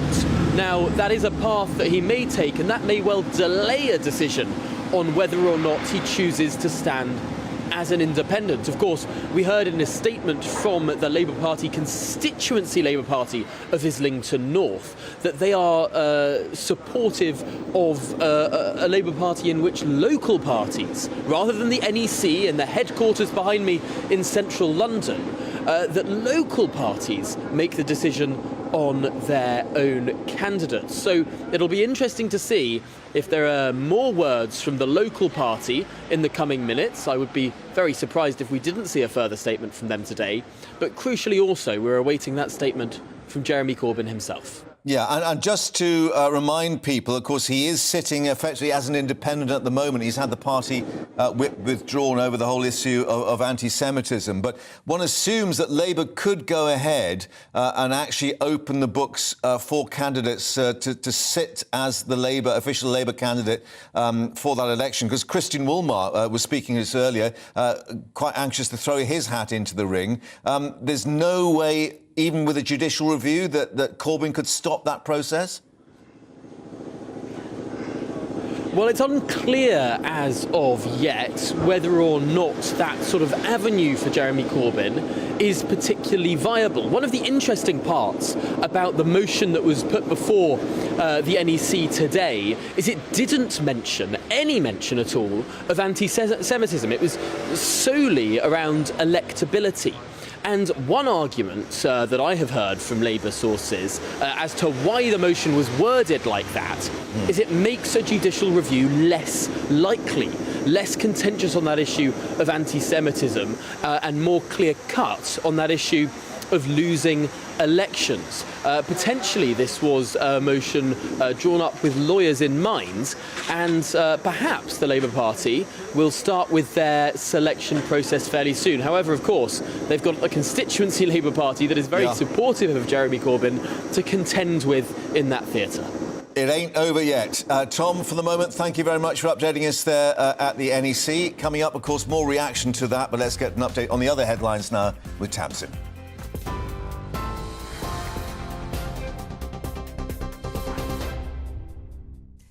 Mark, thanks very much. Here are the headlines at 1:34. MI5 has increased its terrorism threat level in Northern Ireland from substantial to severe, meaning an attack is highly likely. In a statement, Northern Ireland Minister Chris Heaton-Harris says an increase in terrorist-related activity in recent months has targeted police officers and put lives at risk. It comes around a year after Britain lowered the threat level for Northern Ireland to substantial for the first time in more than a decade. Record small boat crossings, soaring grocery bills and post-Brexit arrangements for Northern Ireland are some of the issues senior MPs will grill the Prime Minister on later today. This will be the second time Rishi Sunak answers the Liaison Committee's questions on his policies and performance. He'll be asked about the recently proposed budget plans, the economy and the Windsor framework.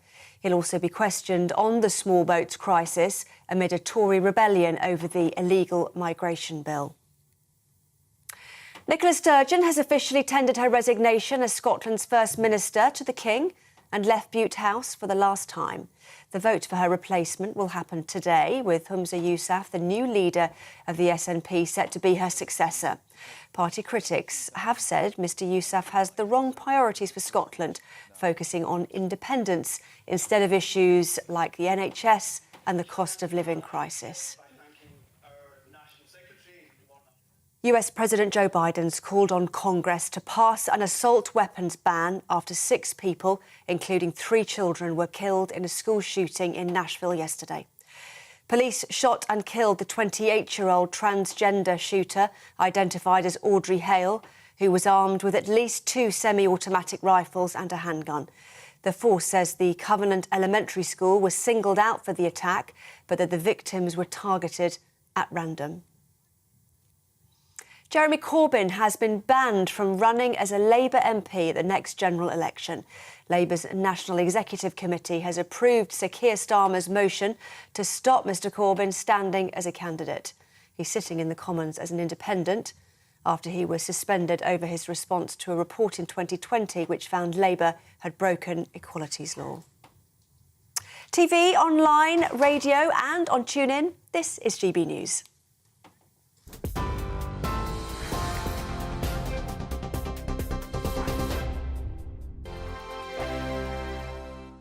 Monday to Thursday nights on GB News. At 6, it's Dubes & Co. 7 o'clock, Farage. At 8, join Jacob Rees-Mogg. And at 9, Dan Wootton Tonight, followed by Headliners. On TV, radio and online. This is GB News. It's all about family, being in people's living rooms, all the interaction and getting to know who our viewers and listeners are. When I was young, my dad used to say, Nana, stop arguing. I wanted an outlet that would enable me to give my opinion. People are going through a really hard time right now, and I know that you don't feel like you're being listened to by the establishment. I came to GB News because it's the People's Channel, and I want the audience to have their say on the events of the day. We're dynamic. We do something different. Democracy shows that the wisdom of the nation is in its people. I get to travel to find out what the story is from a personal perspective. The British people aren't fools. We know when we're not being told the full story. We've got to work out how Britain moves forward from this. It's the best country in the world. The establishment had their chance. Now we're here to represent your views. Britain's watching. Britain's watching. Britain's watching. We're proud to be GB News. The People's Channel. Britain's news channel.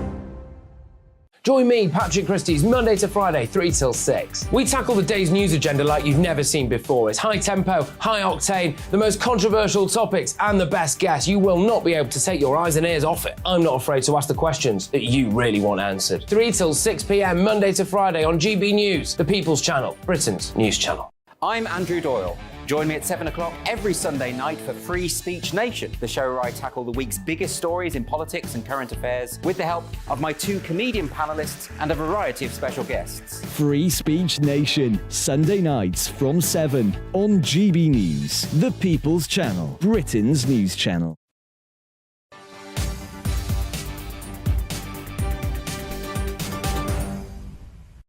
And welcome back to GB News Live. Let's bring you more now from Northern Ireland after MI5 increased the terror threat level there from substantial to severe, which means an attack is highly likely. The Northern Ireland Secretary Chris Heaton-Harris citing a small number of individuals who remain determined to use what he said was politically motivated violence. We can tell you in the last few minutes the DUP leader, Sir Geoffrey Donaldson, has reacted by calling on the government to fund more police in the region. He said it's bad news for Northern Ireland Ireland when the risk of further attacks moves to likely or very likely, he said. I look forward to a day when the threat level's removed, but to get there, the community must stand with the police and demonstrate there's no space for terrorism in Northern Ireland in 2023. Let's get more now with our Northern Ireland reporter Dougie Beattie joining us from Belfast. And Dougie, of course, this was perhaps a fear after that attack in Omagh that you're reporting on, with the Detective Chief Inspector John Caldwell being shot when he was off duty there.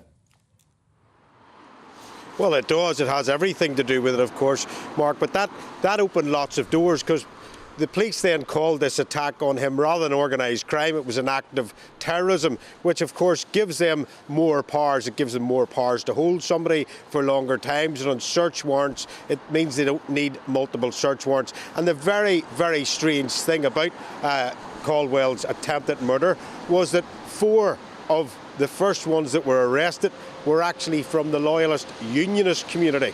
So it was looking as if they were looking for weapons, and there, when they were arresting these people, they were kicking in doors and very much having searches of those properties. And that has gone on in Londonderry over the last couple of weeks with dissident Republicans. Of course, there was an attempted murder of 2 policemen in a car there, a device, homemade device thrown at them. So they no longer have this sort of capability anymore. But those same searches have now gone on in County Down at this minute in time, in amongst Loyalist communities under different guises. But whatever the police are finding there and finding in those homes that they are searching, it has spooked them enough to put this terrorist threat up to a very severe level, meaning that, of course, an attack is imminent. And that would say that their intelligence right now is looking at both communities. And what is worrying, if they're looking at both communities for the one attempted murder, they're thinking that these paramilitaries are very much working with each other, which brings us back in this circle, back to organised crime. So whatever their intelligence is at this minute in time, Mark, they are definitely worried about what may happen within the next week or so. Yeah, I mean, they do this reassessment, don't they, every 6 months, and it is a year since the level was dropped. But of course, we reflect that we've got this anniversary of the Good Friday Agreement coming up, and what is expected perhaps to be a visit from the US President as well.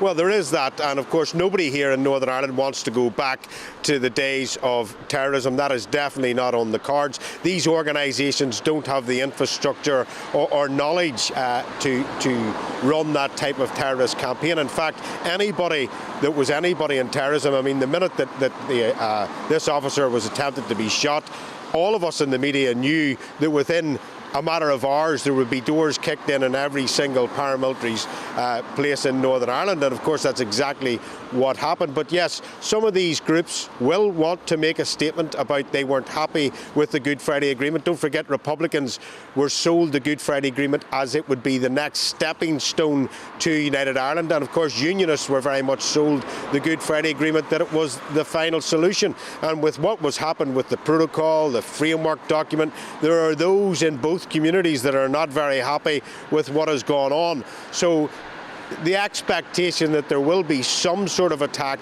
and it will probably be on a smaller scale. I couldn't see that it would be on anything back to the days of the 80s or 90s in places like this that I'm standing now. In fact, this used to be Oxford Street bus station where the IRA blew up, taking many lives back in the 70s. So I don't see it being on that scale, but definitely there is good knowledge of what's going on here now.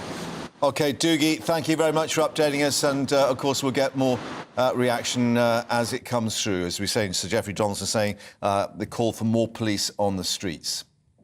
Now, let's take you back to France and into Paris, where this major march has just commenced on the 10th day of protests against President Macron's controversial plans to raise the state pension age from 62 to 64. The expectation from the Interior Ministry is that 1 million French citizens could be taking to the streets in cities across the country, from Paris to Lyon to Nantes and Bordeaux, of course, where the King and Queen Consort were expected today. Just to remind you, the visit was postponed after we had the town hall being set alight there by protesters. We have to reflect at the moment, this is a peaceful seen in Paris and in the other cities. But the French Interior Minister saying he was bracing for what he called blood and fire, indicating that there were going to be some 5,500 extra gendarmes and police officers on the streets of Paris alone, 13,000 elsewhere, supported by, he said, armoured cars, water cannon and military units in reserve. Certainly no indication that they're going to be needed at the moment, but the protests are spreading and becoming more entrenched. President Macron indicating that he wants to push through this reform, even though it is making him politically unpopular. Of course, he is in his second term, so doesn't have to worry about being re-elected.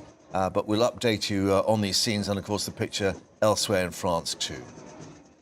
Now here, William Hill has been fined £19.2 million for failing to protect customers and for weak anti-money laundering controls. Well, the Gambling Commissioners found that new customers were being able to put down large sums over short periods of time with barely any checks. One customer betting £23,000 within 20 minutes. Well, joining us now on the show, Jim Orford, Emeritus Professor of Clinical and Community Psychology at the University of Birmingham. Thank you very much indeed for joining us, Jim. And simple question, but I suspect a complex answer. Why do people gamble? Well, good afternoon. That is a complex question, but one of the things about gambling now, and we've got to remember that gambling is very different now than it was even 20 years ago when the new Labour government was working on the new Gambling Act of 2005. It completely changed. Before then it was changing, but since then with online gambling, it's completely different. I mean, I was hearing about someone who appeared on the media recently who said about his gambling, he'd got into trouble with his gambling. He said, my father, his gambling was done in the high street at the betting office. My gambling office is now in my pocket. It's in my smartphone, and I can gamble 24 hours a day on almost all sports around the world, on almost anything that happens within the game, in-play betting. It's quite different. And the commissioners have picked up the fact that there weren't appropriate checks. One person able to spend and lose £70,000 in a month, another depositing £73,000, losing £14,000 of that in 4 months. And in addition to the lack of checks, the fear that money laundering was also going on. Yes, well, the fact that people can lose a lot of money in a short time is just, I mean, that's the nature of gambling, and particularly now the nature of modern gambling. So the gambling industry will try and tell you that gambling is an ordinary commodity. It's just they're selling to willing consumers just an entertainment product like any other. But and a bit of fun. The matter is it's not. It's not. It's addictive, and you can lose an enormous amount of money in a short time. So what do you think this would do now to change people's behaviour, the very fact that this has been made so public? And, of course, it seems that William Hill, or the group of the William Hill companies, has been brought to account on it. Well, I'm afraid, although this is a big fine, it's not the first large fine, and it won't be the last, unfortunately, unless the government does what a lot of us have been calling for. I mean, I and colleagues put together a letter that was signed and sent to the government by 50 people working in the field, including academics from 20 British universities, calling for reform, which we've been waiting for 4 years now for the government to tell us what they're going to do, and we're all worried they're not going to go far enough. But certainly one of the things they must do is make it more difficult for people to spend a lot of money in a short time by setting limits. Some countries do this. They set a limit for what people can spend in a day or in a week, and also have what are called affordability checks, which is something the all-party parliamentary group and the Lords who looked at gambling have also asked for. But I understand that the conditions of betting firm licences, the companies have a legal duty to identify and contact customers, quote, who might be at risk of harm from gambling. So isn't it already in place to a degree? Not really. I mean, there are things in place, but it's nothing like tough enough to deal with gambling as it is now. Not tough enough at all. OK, Jim, thank you very much indeed for bringing us your reaction to that. And as we say, a record fine for the William Hill Group. Thank you very much indeed. Now, as we were hearing earlier, inflation for supermarket goods hitting 17.5%, ever higher. And this time sugar, cocoa-based products leading the rise. And yes, that means Easter eggs expected to jump in price. Latest shop prices suggesting they're at least 6% higher than last year. But there are bargains to bring your food shopping bill down, we're told. So let's bring in Jessica Barclay, mum of one and lifestyle coach. Jessica, I'm just reading here, you've managed to save £24,000 a year by cutting down and buying second-hand and so on. I mean, perhaps we can't even consider that for an Easter egg. It might be a bit melted around the edges. Yes, no, we've it's been an impressive year. We're going into our second no spend year, so it was at least 24. Unfortunately, it's not 24,000 in my bank account because I've been ill, my partner's been ill, all the prices of life have been going up. But from our previous year, we saved over £2,000 a month. That we've been able to reduce things down, and I'm on a mission to get it even more ideally. But important point there, it's something that you had to do rather than something that you wanted to you know, just ease the burden. If you were put in a position that you had no other choice. I actually decided I wanted to do the no spend year about a month before things took a turn for the worse. Yeah. So what was really nice is that it was a gamified, it was a challenge, it was fun, and so we tried to focus on that as opposed to the fact that we had to do it, but we had already decided, so it was kind of a bit lucky, but also that's made it easier with like the small person, getting her on board. She sees it as more of a game as opposed to the fact that we physically can't spend the money anymore. And that moving forward, this is now, even when we sort of are both healthy again and we're able to work work more, we both work part-time at the moment, and all that kind of changes. We still want to have these sort of habits ingrained with us, and how we've adapted our food shopping, how we've adapted all our shopping basically, are now habits that we want to maintain. Right. Well, I know everyone watching and listening will be clamouring, what do you do? How do you actually save this amount of money? And I assume it is quite hard work. It is and it isn't. So this is our second year. We did it all last year, and then this is our second year we've been doing it. And there are now things that are just habit.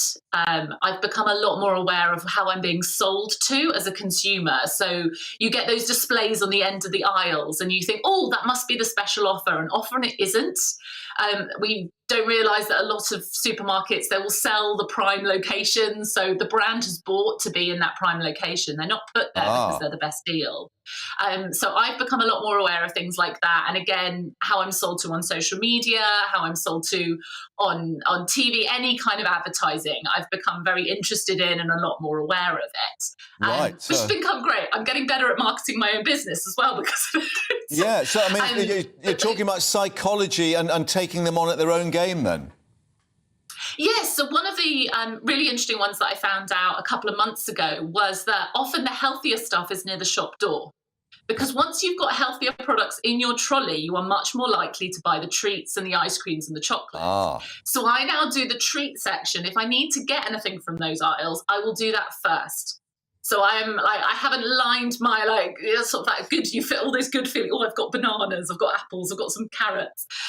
We're not going to put any of that in until we've done any treats that we have to get. Those have to be done first, and then we will go and make. And also for me, so I'm autistic. I hate supermarkets. They are noisy and loud and bright. I want to get out as quick as possible. I do not want to be there too long. So I want to make sure that I'm leaving enough time as well to do those healthy items. So I charge around any of the treat aisles. I'd say at least 50% of the aisles in my supermarket I don't go in. Right. Probably at all. And that comes down to knowing what I'm going in the shop for. And then the same is also picking the right shops, which I found quite interesting. So, and this will vary from area to area. We need a good dairy-free section. So for us, am I allowed to say shop brands? Am I allowed to give supermarket titles? So there's a certain supermarket that's better for us in our area because it has more dairy-free options. Right. So obviously, but there might be that you have a certain culture, and there's a certain supermarket near you that sells that kind of cultural food at a better price, or maybe you're a big fan of a certain type of cultural food, and so it's not always obvious which is going to be the cheapest supermarket. It's the cheapest supermarket for you and how you eat. Right, OK, got it. So a bit of research required, but well worth it in the long run. Well, thank you very much indeed for bringing us your story there, and I won't ask if you're going to buy an Easter egg. I'll leave that for you to discuss there at home. Thank you very much indeed. Now, Prince Harry in court for a second day, a preliminary hearing, but lots of detail coming out even so. Yes, indeed. It was a surprise that we saw Prince Harry at all in court, because it is a preliminary hearing. It's whether the judge is deciding whether or not to allow the case to go to a full-blown trial. Prince Harry is suing Associated Newspapers, the owner of the publisher of the Daily Mail, Mail on Sunday, Mail Online, over alleged unlawful information gathering, along with Elton John, Sadie Frost, Baroness Lawrence, a couple of others. These high-profile figures gathering together to sue Associated Newspapers. Associated Newspapers deny all of the allegations made against them. They are also saying, lawyers argued for them yesterday, but it's essentially all the allegations are too stale, they're too dated, because these go back right to the 90s. But in saying that, they're trying to stop this going to a full hearing, which would be some 10 individuals, but we already heard suggestions or the allegations that private detectives involved, that there were listening devices in cars. I mean, it reads like a spy novel, some of the stuff, doesn't it? I know, there's a lot of accusations. So, as you said, listening devices in people's cars, paying police officers with corrupt links to private investigators to get sensitive information, allegedly impersonating individuals to obtain private medical information, accessing of bank accounts, credit histories, financial transactions. All of these are the allegations which Associated Newspapers have denied. They are saying it's preposterous smears and a pre-planned and orchestrated attempts to drag the Mail titles into the phone hacking scandal. Their lawyers want the case to be dismissed and for it not to go to a full trial because of the evidence. There is enough evidence, but clearly Prince Harry and his lawyers and everybody else is in the other claimants want it to go to a full trial. Yeah, and an indication from his legal team that they will not consider settling out of court, which often happens in many of these cases. He wants the evidence heard in court. Absolutely. I think it's incredibly unlikely Prince Harry will settle out of court. He is not in this. He has talked about this before in interviews. He's not in this really for financial gain. He wants to hold people to account. He says in the recent interview that he sees it as his, and I quote, life's work to hold those people responsible that he thinks are responsible for alleged unlawful information gathering, and also try and change the British tabloid media culture and landscape in the UK, so he can essentially give other victims a voice who have, in his view, allegedly suffered from this kind of unlawful information gathering. And we expect very quickly another 2 days of this to go. Another 2 days after today, and then the judge will decide whether or not to take it to trial. Cameron, thank you very much indeed. Well, we'll update you on that. Of course, we'll have more from outside that High Court. The latest from France, where the protests continue, and the latest on that security situation in Northern Ireland, with the alert now going to the highest level for a year, with an attack now being perhaps imminent, they say. We'll get more reaction. Stay with us here on GB News Live.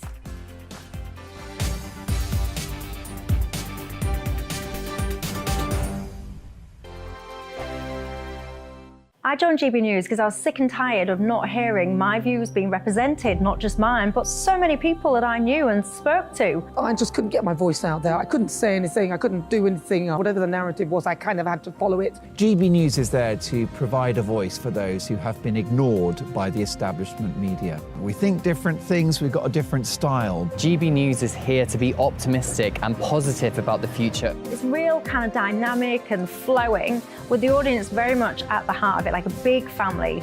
Here at GB News, we talk about the things that matter to you. Hearing the voices from right across our towns and cities, especially our towns. All sides of the argument represented with a heavy dose of opinion. We're on a mission here to make a difference. And the GB News family really is here for you, and whatever time of day you can watch or listen. Britain's watching. Britain's watching.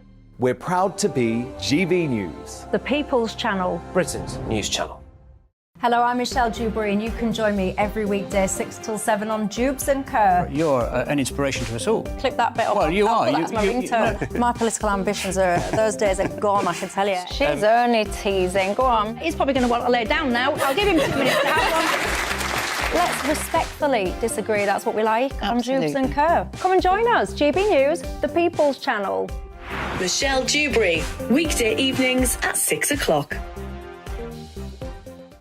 Westminster is going around in ever-decreasing circles, followed by the media. Britain is broken. How on earth did we get into this mess? But more importantly, how do we get out of it? Join me at 7 p.m, Mondays to Thursdays on Farage, here on GB News. We will have open, rational debate. We've got to work out how Britain moves forward from this. Join us here on GB News, the People's Channel. Britain is watching.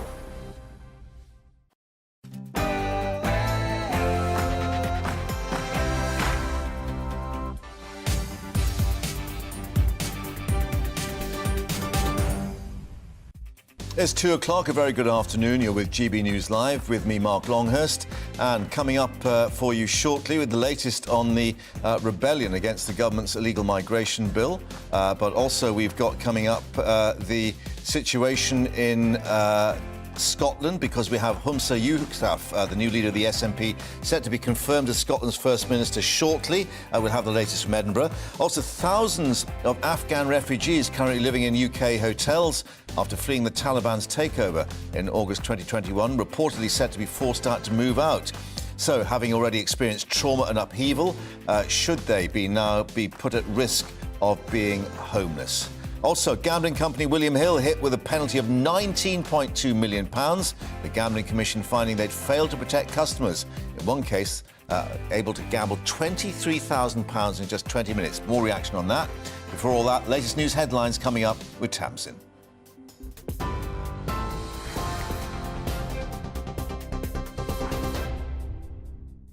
Mark, thanks very much, and good afternoon from the GB Newsroom at 2 minutes past 2.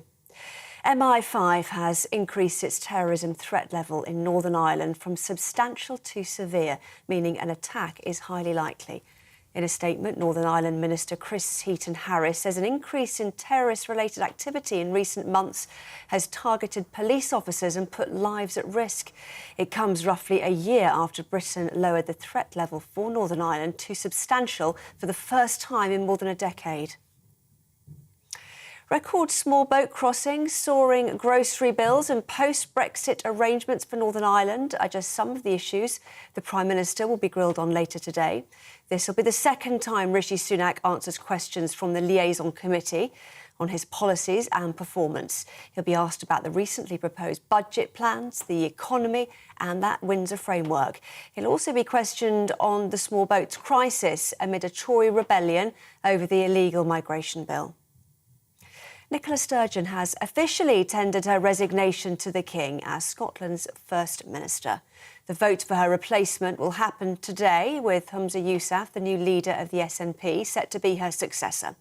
The 37-year-old has the backing of the Scottish Greens as well as the SNP.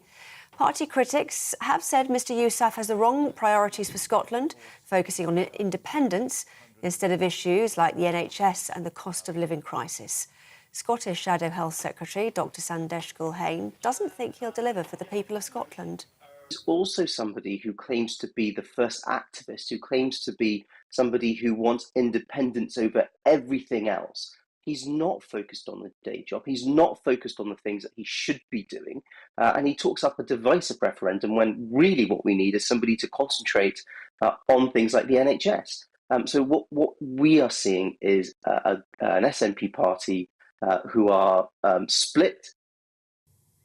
Jeremy Corbyn has been banned from running as a Labour MP at the next general election. Labour's National Executive Committee has approved Sir Keir Starmer's motion to stop Mr Corbyn standing as a candidate. Mr Corbyn was suspended from the parliamentary party in 2020 over his reaction to a damning report into anti-Semitism, which found Labour had broken equalities law. He could still run as an independent. A report has found patient safety at one of the largest NHS trusts in the country could be at risk due to a corrosive staff culture.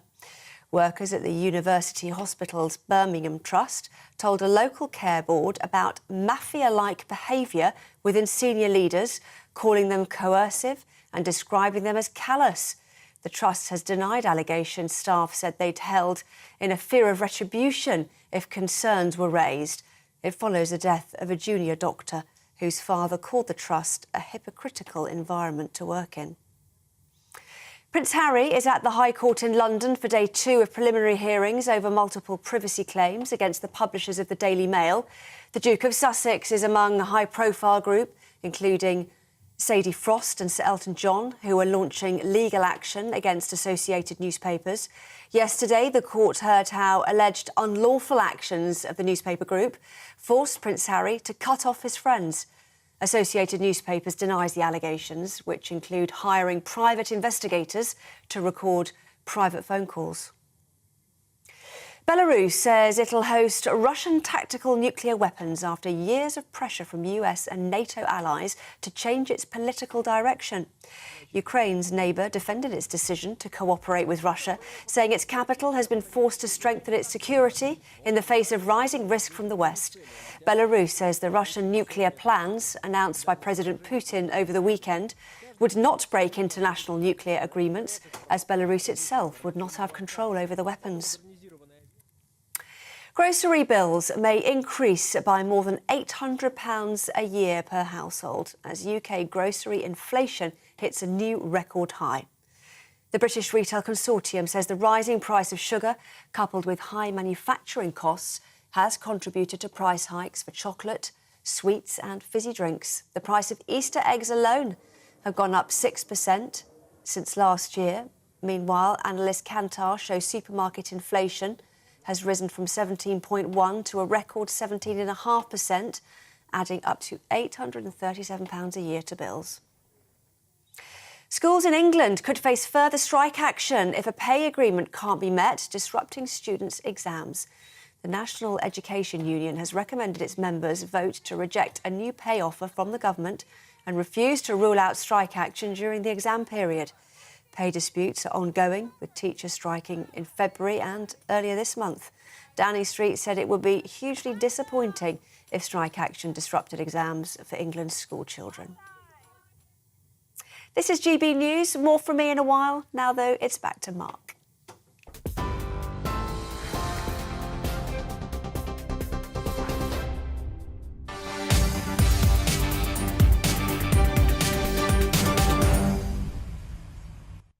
Thank you, Tamsin, and welcome back to GB News Live. Now, thousands of Afghan refugees are reportedly set to be perhaps forced to move out of hotels under the latest government plans. There are believed to be some 9,000 families currently living in hotels across the UK after they fled the Taliban in August 2021. The Times newspaper has reported they'll be given a few months' notice before being moved out to other housing, but it sparked concerns that some could then become homeless if they decline that particular offer. According to the newspaper, it will not apply to asylum seekers housed in hotels by the Home Office. Well, the Refugee Council says it's deeply concerned that those who've already experienced trauma and upheaval could be at risk of being left homeless and destitute on the streets of Britain. For more now, let's actually talk to Dr. Nurul Haq Nassimi, Director of the Afghanistan and Central Asian Association. Thank you very much indeed for joining us. This is, we have to perhaps reflect, an effort by the Veterans Minister, Johnny Mercer, to actually, as he might see it, house them properly. But I gather the problem is if they don't agree with the various accommodation they've been found, they effectively could be left homeless. The families brought to the United Kingdom in August 2021 after the collapse of Kabul. So I think that under Operation Warm Welcome, the government failed to implement the exit strategy. These people, these families, they have traumatized, displaced, they were working with the British authorities in Afghanistan and giving them, first of all, leaving them at the bridging hotels for 20 months. It wasn't the right action, the right policy, and it wasn't the right decision. But then now, giving them 3 months' notice to leave the accommodation, of course, this is against the refugee conventions, as well as against the UK law and legislations to make such a very emotional decision made by the government. I think that the government should maybe think more carefully before making any decision. They have to have a proper consultation, coordination with the grassroots organizations across the United Kingdom in order to understand the situation more in depth. Yes, Johnny Mercer, the minister, says that he believes 3 months, he says, is a reasonable time frame in the minds of our Afghan friends, with significant support, he said, from central and local government as at every step required. Would you acknowledge that a hotel room is not the best place for some of these families? I think half of the 8,000 have children as well, that cannot be allowed to continue. As I said at the first place, the government shouldn't leave them in the bridging hotels for 20 months. But then, living in the bridging hotels for the past 20 months, these people, they adapted into the local life. Yes. They have started integrating them into the local life. Enrolling their children into the local schools. Some of them, they found a job in the local area. And then now pushing them or moving these refugees from particular location to a place which is hundreds miles away. I don't think that this is the right. Maybe rational decision. Yeah, so the key for you would be to find them the permanent accommodation as near to where they are at the moment, because they've managed to start building some kind of life in that area. As I said that, I don't think that in 3 months' time, 3 months is very short notice. I don't think that within 3 months' time, the Home Office will be in a capacity to provide the right accommodations. On the other hand, if the refugees will not accept the offer, they might become homeless. And this is my concerns as a community leaders at the Afghanistan and Central Asian Association. And we want to make sure that the Home Office will respect the views of those refugees who are stuck in the bridging hotels to find the solution in coordination with the refugee community organizations across the United Kingdom. Dr. Nassimi, thank you very much indeed for bringing us your view on that here on GB News. And as Dr. Nassimi was saying, the Refugee Council, Enver Solomon, the Chief Executive Officer, saying he was deeply concerned by the details of the plan, saying there is a risk that it could lead to people who fled the Taliban in Afghanistan being left homeless and destitute on the streets of Britain. That is not how those who were promised a warm welcome in the UK should be treated, he said. More reaction, of course, as Johnny Mercer introduces that in the Commons a little later today. Well, let's turn now to the illegal migration bill. That debate continuing in a short while in the Commons after yesterday's debate, when the government managed to defuse a rebellion from backbenchers who'd wanted to toughen up the rules. They did not believe the bill was going far enough, tabling a series of amendments. But the Immigration Minister, Robert Jenrick, promising to engage with the MPs, leading them to withdraw those particular amendments. Let's get more now with our political editor, Darren McCaffrey. So, Darren, plain sailing from here on in? Well, I think so, to the extent, Mark, that we were potentially going to see a rebellion from Conservative MPs this week. That seems to have been largely diffused, not least of all because the Prime Minister Rishi Sunak has said that he will listen, essentially, to the concerns of those MPs. Now, there are kind of two sides to this, as you've rightly been pointing out. Point number one group of Conservative MPs want to see the legislation toughened up when it comes to the European Convention on Human Rights. They don't want to see the legal challenges that we've seen over the Rwanda plan, and they want to make that that clear in the legislation. We'll have to see whether those amendments do come forward or not. As I said, the Prime Minister says he's prepared to listen on that point. That's been proposed by people like Jonathan Gullis. And then on the other side, you've got those arguing that the government need to open up more safe routes for migrants, that if they are going to legalise essentially asylum claims for the people who cross the English Channel, and that those people will be deported to a third country, that there does still need to be a wider mechanism that people can legitimately and legally seek asylum in this country. They want to see the details of that before backing the bill ultimately. But as I say, in the end, Mark, it looks at the moment that the government is in listening mode, and that is enough for Conservative MPs to say, yes, let's go ahead with this bill, but let's see where the government is in a couple of weeks' time. Yeah, just to touch on the other side of the argument, as you say, I think it was Tim Loughton who was leading this call for some 20,000 at least migrants to be offered the new safe and legal route. And the interesting thing is that Labour looked as if they were prepared to back him on that, which could have been quite embarrassing for the government. Yeah, I mean, I think the bill will have still passed. I think the government are looking potentially at, looking at that number and looking at that compromise. No government, of course, wants to ever rely on opposition votes to get things through. But as I say, I think the possibility of a rebellion that was much mooted over the weekend does seem to have ebbed away. Though, of course, it can come back again. I mean, the government is listening to its MPs, but still has not acted on both of those issues. So it is entirely possible that we could be back here in a couple of weeks, Mark, talking about the possibility of a rebellion.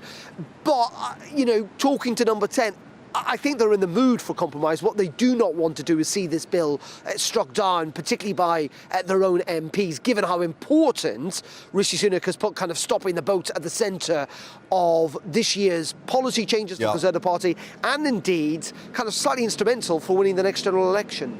Yes, indeed. High stakes in that particular score. Darren, as ever, thank you for updating us there at Westminster. Of course, more as the debate continues. Well, meanwhile, 2 people have been arrested on suspicion of assault after a protest at a hotel housing asylum seekers down at Newquay.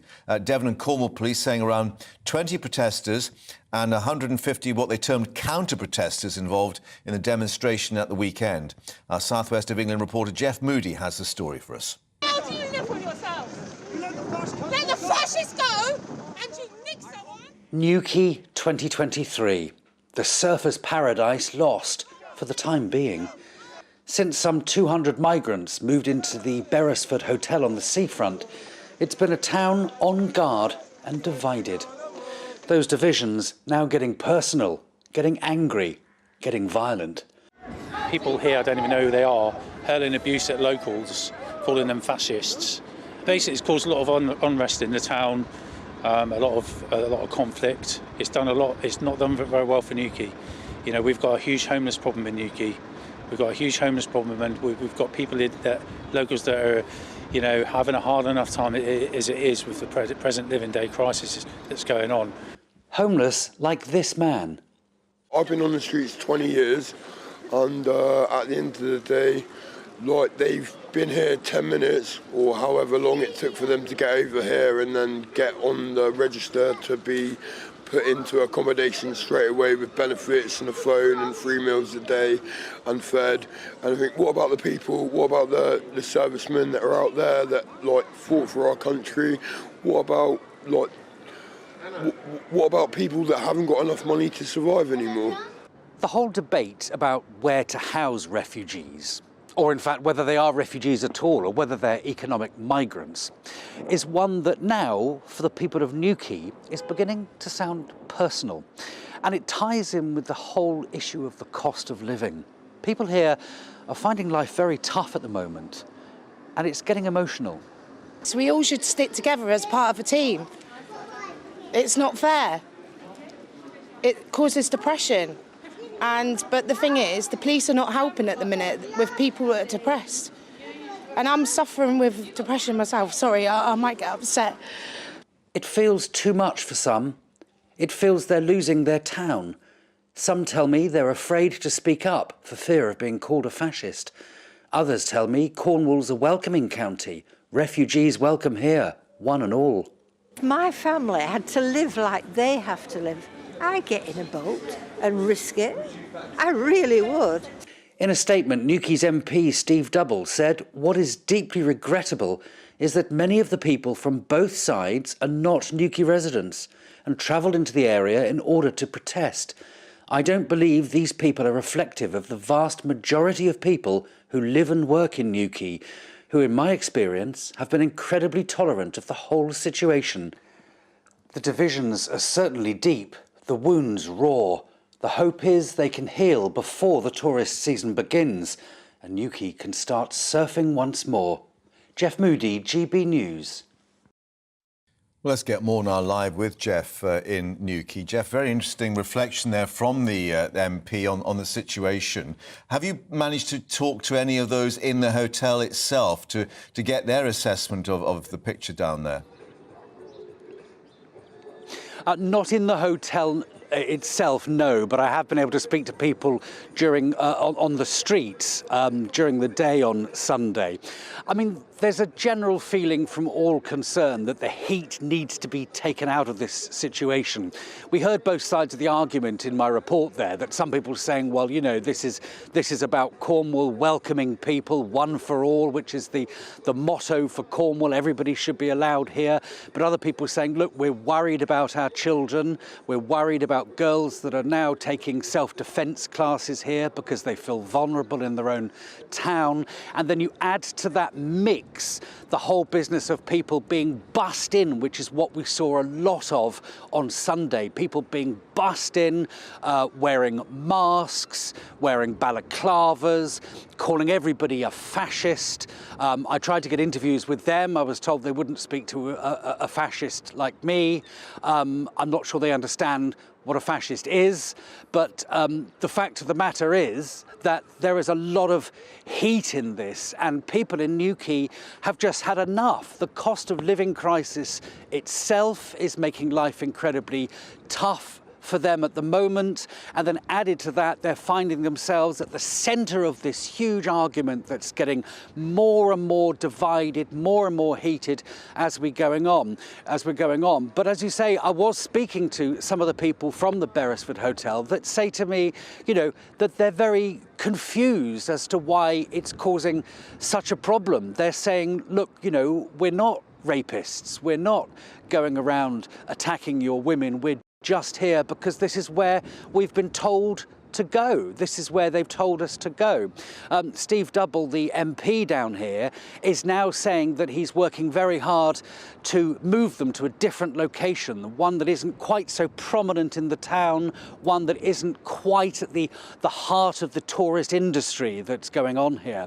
But at the moment, I would say this is a very divided, angry and depressed town.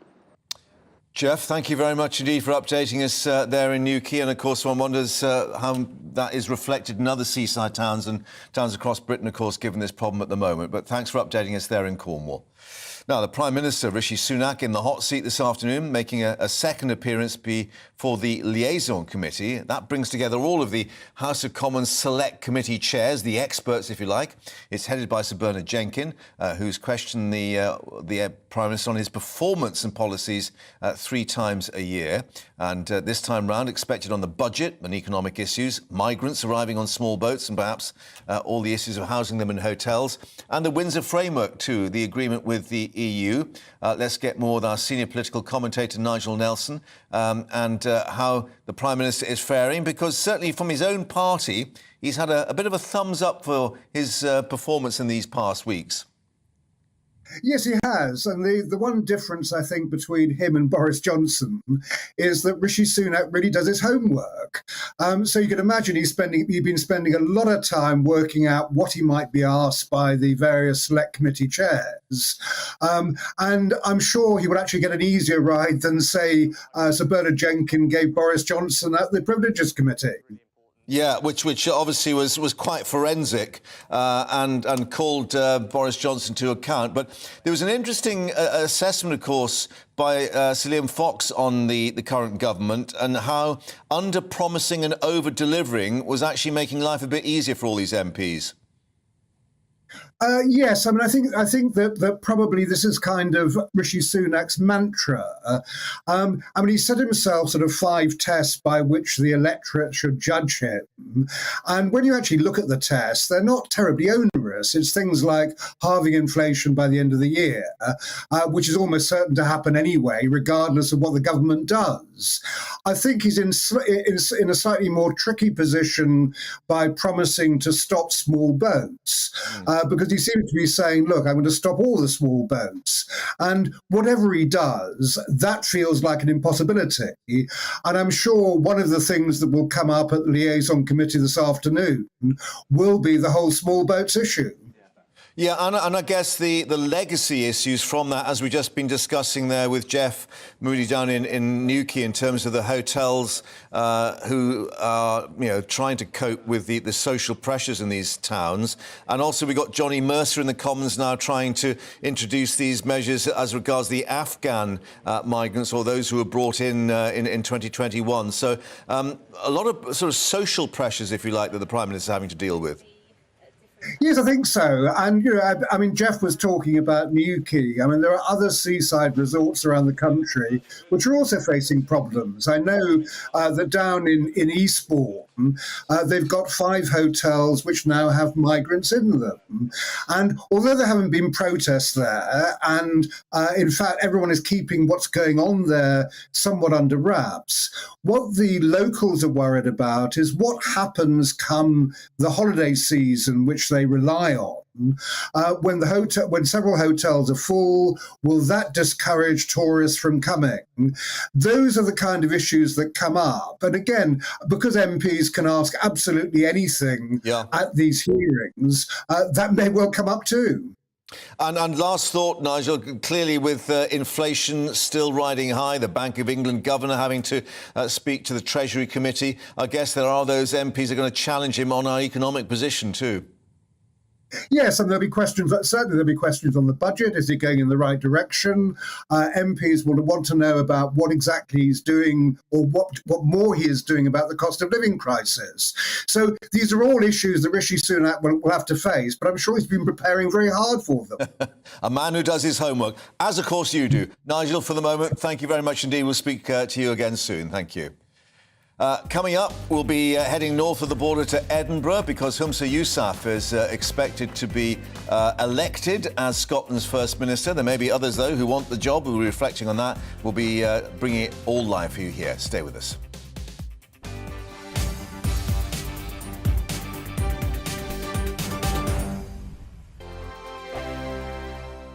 First and foremost, I am a GB News fan, and I was before I was working here. Just love the fact that we're asking the questions that a lot of establishment media won't ask. With a bit of a twist, we not only want to inform you, but we want to keep you entertained. It's worth the drive, because you get in and the team's all ready and waiting, they're itching to go, and it's a proper little family. GB News is the people's channel. It's the audience that makes the programme sing. We're giving our viewers and our listeners a voice. I see the thousands of your letters, tweets, emails, you name it, coming in. Britain is broken.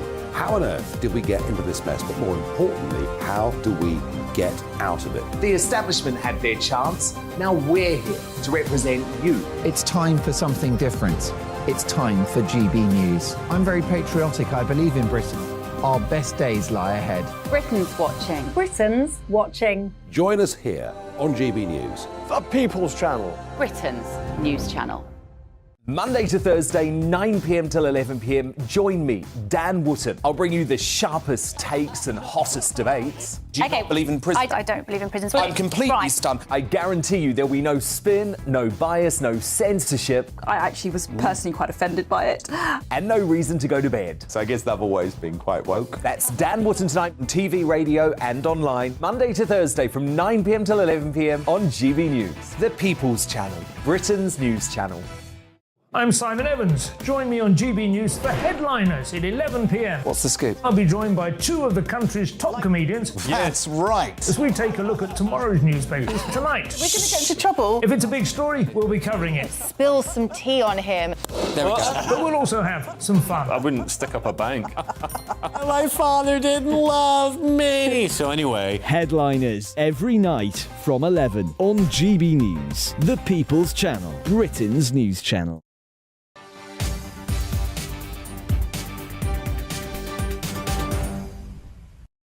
Well, as we were reporting yesterday, Humza Yousaf, of course, is the new leader of the SNP and on the verge of actually being selected as perhaps Scotland's new First Minister shortly, although we still have one or two others in the opposition party saying, me too, please.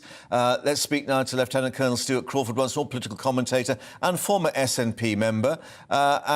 Stuart, indications that Douglas Ross may put his name forward as well. Just for a bit of botheration, maybe. But just to indicate, I mean, with the support of the Greens, this is a done deal, I guess, for Humza Yousaf, yeah? I would be most surprised if Humza Yousaf was not elected as First Minister by vote in the Scottish Parliament. However, at the moment, and I'm just watching it on other means, we're going through the charade of all the other party political leaders putting their hats in the ring and being given their 4 minutes by the presiding officer to talk about why they should be First Minister before the vote is taken. But unless something astonishing happens, then I think Humza Yousaf is home and dry. Yeah, and Anas Sarwar, the Scottish Labour leader, has made this point, calling for an election as such, that he claims Humza Yousaf does not have a mandate from the rest of the country, that this is just the party selecting. I guess it goes back to the days of Gordon Brown and Tony Blair taking when he took on the mantle of being Prime Minister. Yes, I mean, fair comment. The SNP has been very quick to criticise Westminster when there's been a sort of changing of the guard without a general election, but has gone very quiet about the same being applied to the Scottish First Minister changing of the guard. So a little bit of hypocrisy there, but we are where we are. I think the SNP will be very keen to avoid a Scottish parliamentary election at the moment. Yeah. The next one doesn't come up until 2026 because there's no guarantee that they would return as a majority administration. Yeah, indeed. Sir John Curtis obviously doing his numbers, saying Labour has the opportunity to win at least 10 Scottish seats. Labour at 30%, only 10% behind the SNP. Yes, that's correct. The SNP, I think he was probably commenting on the Westminster. Yeah. The SNP currently hold 45 of the 59 Scottish seats at Westminster. And I think there is every possibility that come the next general election, which has to be held before January 2025, that the SNP could lose up to 10 of these seats. How that would read across to the Scottish Parliament, of course, is another question altogether. But looking at Holyrood, it's interesting that he's already indicated that he's going to be putting the controversial gender reform bill back on the statute book, rather. And, of course, that really did bring Nicola Sturgeon to grief, some would suggest. Yes, I mean, I think it was Einstein who said the definition of madness is to do the same thing over and over again and expect a different result. There's no way that the Westminster government will allow the gender recognition reform bill to progress, and it's already been blocked using the Section 35 order under the Scotland Act. And that will be the same again if he goes back down the same route. It's a waste of taxpayers' money, and his time would be better spent on other things, in my opinion. A theory of political relativity, one might suggest. Stuart, thank you very much indeed. And, of course, we'll see what emerges at Holyrood now in the selection this afternoon. Thank you very much indeed. More coming up on that shortly, but let's get an update on all the other headlines now with Tamsin.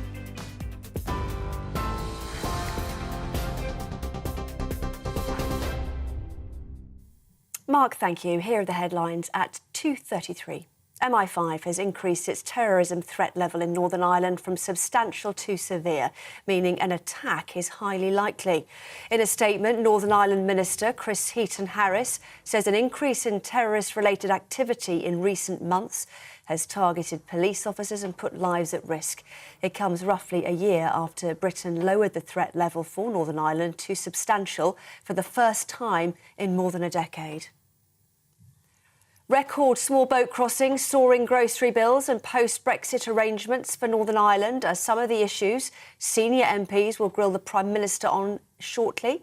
This will be the second time Rishi Sunak answers the Liaison Committee's questions on his policies and performance. He'll be asked about the recently proposed budget plans, the economy and the Windsor framework. He'll also be questioned on that small boats crisis amid a Tory rebellion over the illegal migration bill. Nicola Sturgeon has officially tendered her resignation as Scotland's First Minister to the King. The vote for her replacement will happen very shortly, with Humza Yousaf, the new leader of the SNP, set to be her successor. The 37-year-old has the backing of the Scottish Greens, as well as the SNP. Party critics, though, have said Mr Yousaf has the wrong priorities for Scotland, focusing on independence rather than the NHS and the cost of living crisis. Jeremy Corbyn has been banned from running as a Labour MP at the next general election. Labour's National Executive Committee has approved Sir Keir Starmer's motion to stop Mr Corbyn standing as a candidate. He was suspended from the parliamentary party in 2020 over his reaction to a damning report into anti-Semitism, which found Labour had broken equalities law. He could still run as an independent. TV, online, radio and on TuneIn. This is GB News.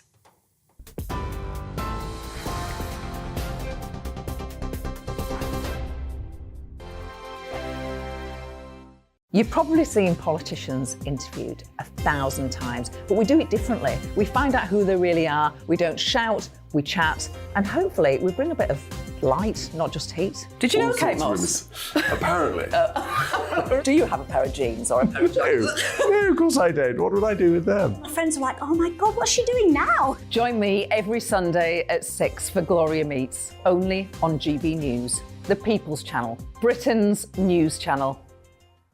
I'm Jacob Rees-Mogg, the Member of Parliament for North East Somerset and a former government minister. For years, I've walked the corridors of power in both Westminster and the City of London. I campaigned in the largest democratic vote in our island's story. I know this country has so much to be proud of. We need to have the arguments, the discussions on how we make it better. The wisdom of the nation is in its people. Vox Populi, Vox Dei. That's why I'm joining the People's Channel. Join me Monday to Thursday at 8 p.m. on GB News, Britain's news channel.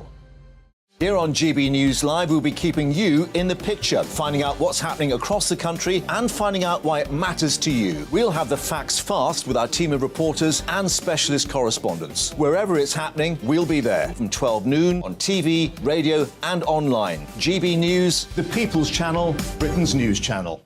I'm Andrew Doyle. Join me at 7 o'clock every Sunday night for Free Speech Nation, the show where I tackle the week's biggest stories in politics and current affairs with the help of my two comedian panellists and a variety of special guests. Free Speech Nation, Sunday nights from 7 on GB News, the People's Channel, Britain's news channel.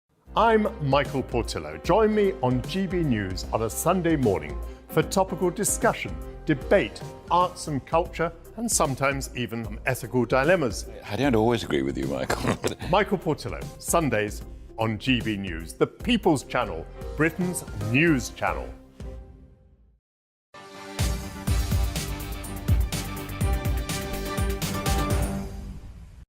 And welcome back to GB News Live. Now, Prince Harry back in the High Court today for a second day of this preliminary hearing against a newspaper publisher, Associated Newspapers, one of 7 other high-profile figures accusing the group, the publishers of the Daily Mail, of privacy breaches. The other claimants include a certain Sir Elton John, Elizabeth Hurley and Sadie Frost. Well, let's get more now with our royal reporter, Cameron Walker, who's been following the proceedings. As we say, Cameron, they are preliminary, but there's some detail being gone through, and 4 days. And you were reflecting yesterday, Prince Harry was actually taking quite obviously detailed notes in the court proceedings. Yes, he was. It was a surprise in the first instance that he was even there, along with Sir Elton John, Baroness Lawrence as well. All are claimants in Stephen this Lawrence's particular mum, case. yeah. Stephen Lawrence's mum.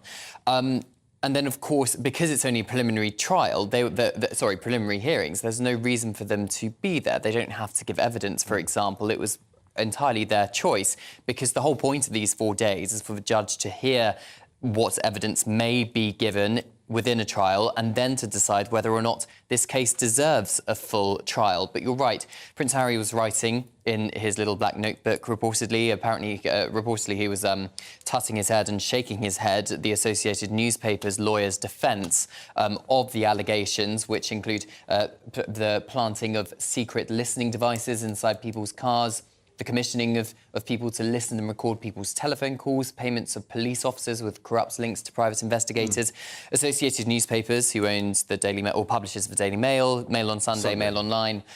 They are denying all of the allegations made against them. They are saying it's preposterous smears and a pre-planned and orchestrated attempt to drag the Mail publications into the phone hacking scandal. And they are saying that all of these allegations have essentially come too late. They said that it's stale. Yeah, that was the phrase they used in the legal terms. But clearly it's not just Prince Harry, it's others. We heard from Sir Elton John, a sort of impact statement saying that now there were security monitors at his property being looked at because they were trying to work out where the information was leaking from. And the allegations are that it's not just the newspapers directly involved, but that private detectives were operating in some way. Yes, some of the allegations seem to imply that allegedly the publications paid private investigators to essentially do their dirty work for them, and therefore perhaps they don't admit any liability because it wasn't them directly allegedly tapping people's phones, etc. That's the allegation. Associated Newspapers would deny that happened.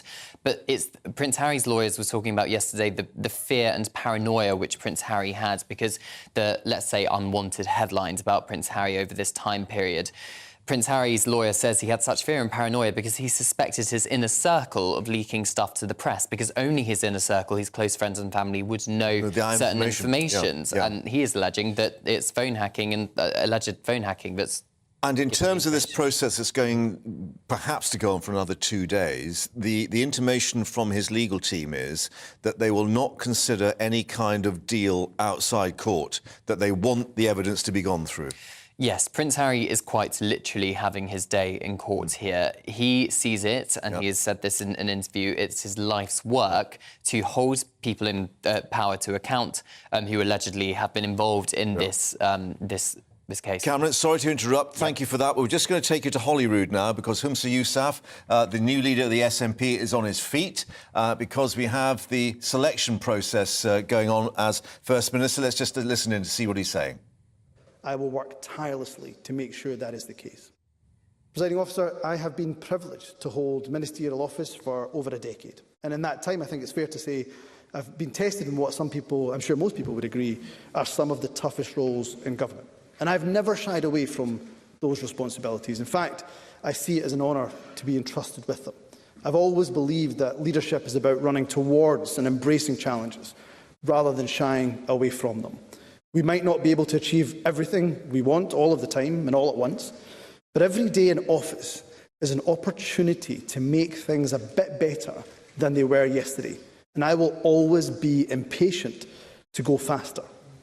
And if the Chamber chooses me today as their nomination for First Minister, I will never shy away from tackling the big issues that our country faces. I will lead a government that listens carefully and respects the views of all MSPs. My starting point will always be that we all want the best for Scotland and the people that we are so privileged to represent. And I will stand up unequivocally for this Parliament and against any attempts to undermine devolution.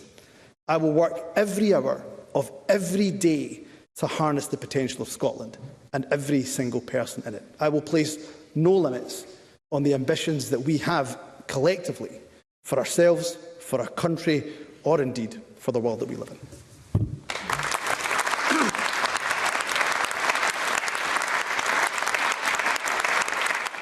So, applause there for Humza Yousaf. Just to remind you, the selection process going on. He will not be actually sworn in if he succeeds as First Minister until tomorrow.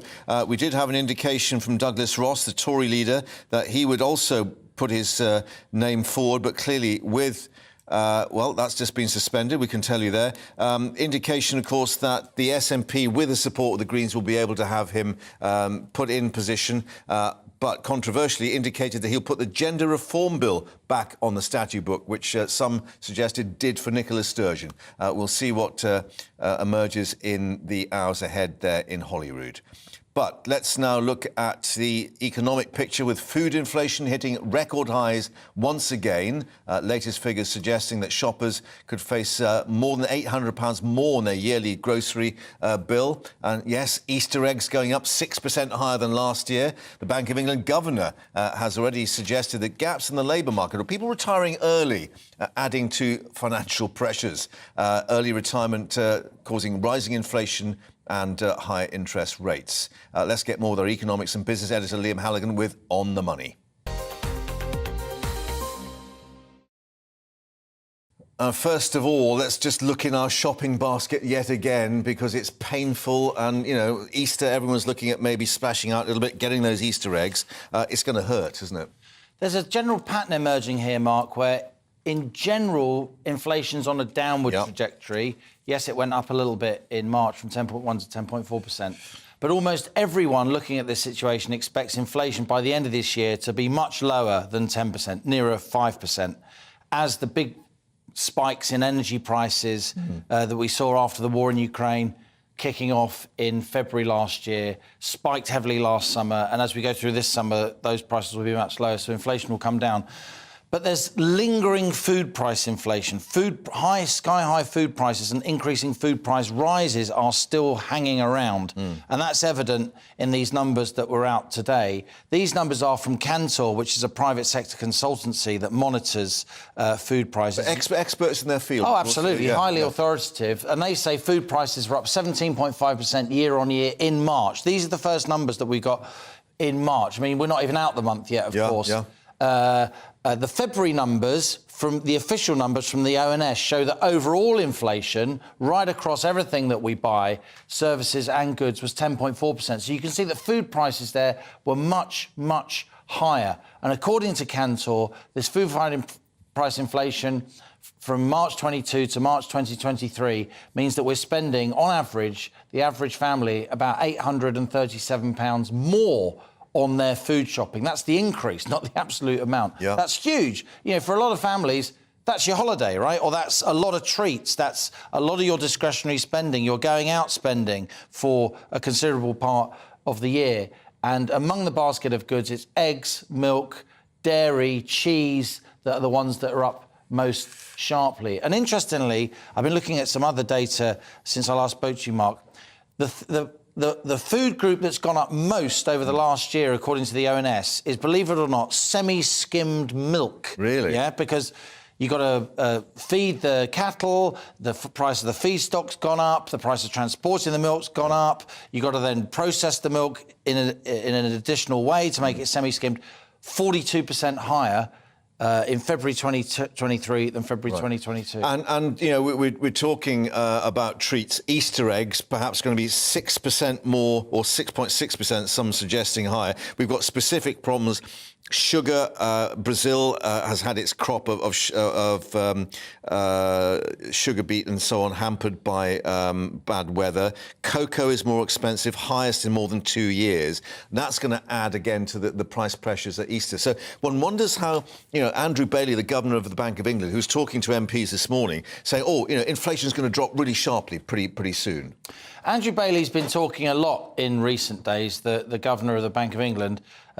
I'm starting to think of him as the not me governor of the Bank of England, because he wants to talk about all the other causes of inflation rather than the fact that the Bank of England was so slow to actually start raising interest rates. Look, there's lots of reasons behind this. You're right, sugar cane, sugar beet crops around the world haven't been particularly good over the last year. Fuel prices are still high. That means transportation costs for food are still high. And what Andrew Bailey's been trying to do over the recent days, yesterday he gave a speech at the Bank of England and he said that, look, a lot of the reason inflation's happening is because people have left the labour market. A lot of 50 to 60-year-olds, unlike us, Mark, haven't come back to work after lockdown. That means there's fewer people in the labour force. That means wages go up. But he spoke specifically, that was in a speech yesterday at the LSE, he spoke specifically today, as you say, to MPs on the cross-party Treasury Select Committee. And I think we can bring you a clip, because what he's trying to do here, he's trying to reassure everybody that despite the squalls we've seen on financial markets and one or two high-profile bank failures over the last couple of weeks, he's saying we're all going to be OK.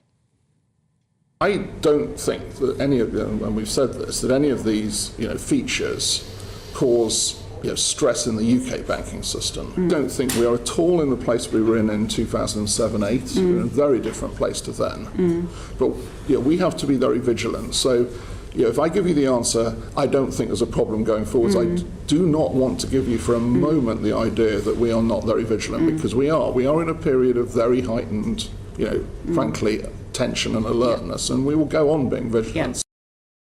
And all the news wires have picked up on that last sentence you used there in terms of, vigilance. And what does vigilance mean? Of course, he doesn't want to be Mr. Asleep at the wheel, Mr. Out to lunch. Some people have accused him of that, fairly or unfairly.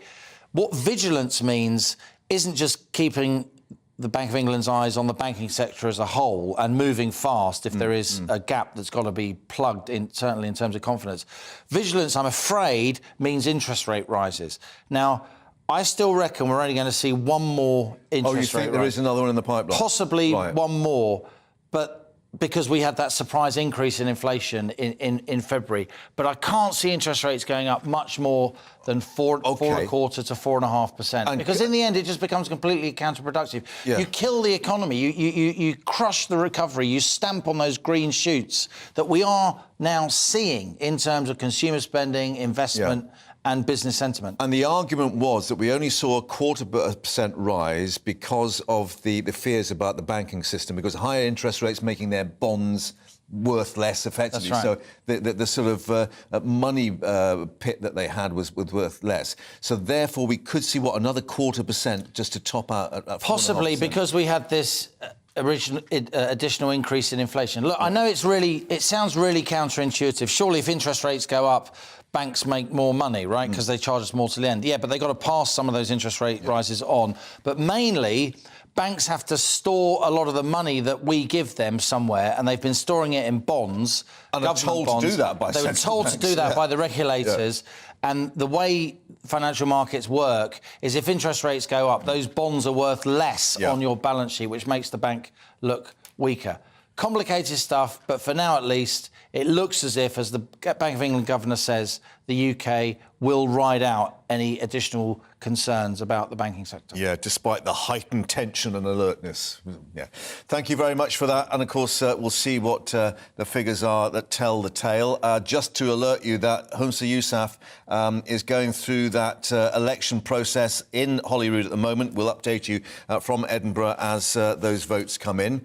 But now let's talk about other financial matters, with the betting company William Hill being fined more than £19 million for failing to protect customers and for weak anti-money laundering controls. Well, the Gambling Commission found that new customers were able to put down huge sums of money over short periods of time without any checks. One customer allowed to bet £23,000 in just 20 minutes. We're joined now by Adam Bradford, who set up Bet Protect with his father David.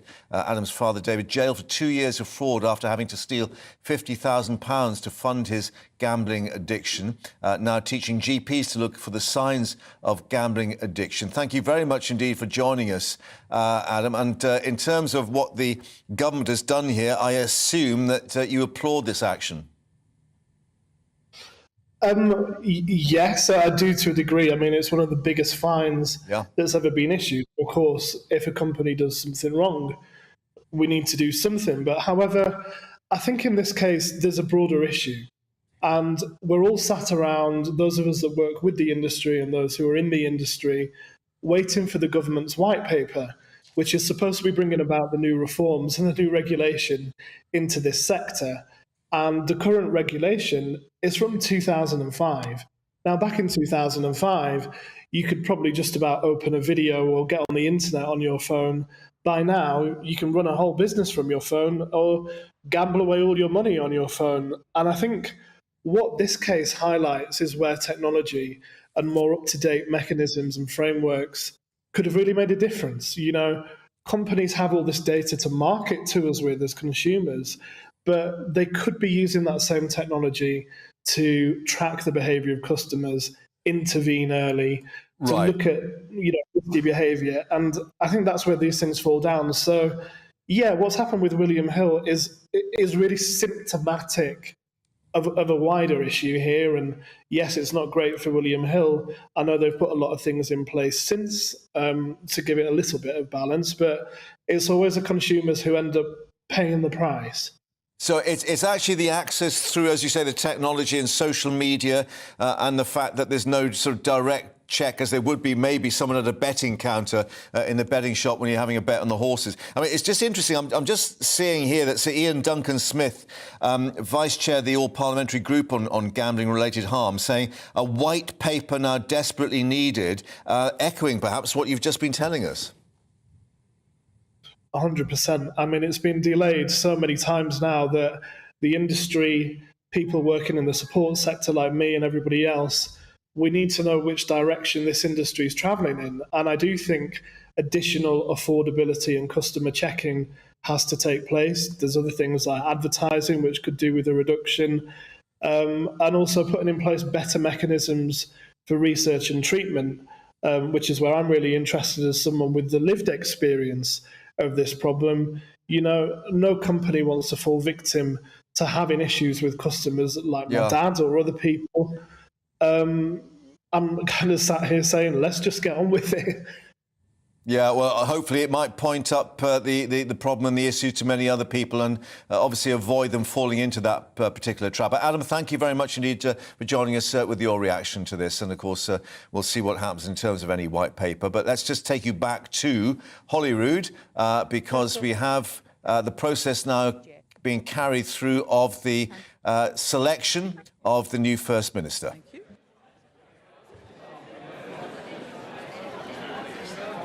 Thank you. That concludes the votes for all candidates. The next vote is for any members who have not yet voted and who wish to record an abstention. Members wishing to abstain should press their yes button now.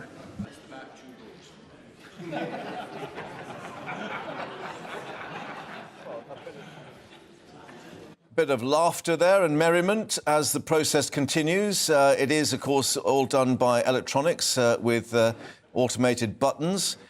Just to explain that it is expected that Humza Yousaf will be selected as the First Minister because the SNP being supported by the Scottish Green Party. This is despite Douglas Ross, the Tory leader, saying that he was putting his candidature for the First Minister as well, and Anna Sawar, the Scottish Labour leader, saying there needed to be a new election for Holyrood because, in his view, Humza Yousaf did not have a mandate to be First Minister. Even though he'd been elected as the leader of the SNP, the largest party here in Holyrood. And clearly that may be something that's taken from Labour's attack book. Let's just listen to the vote result.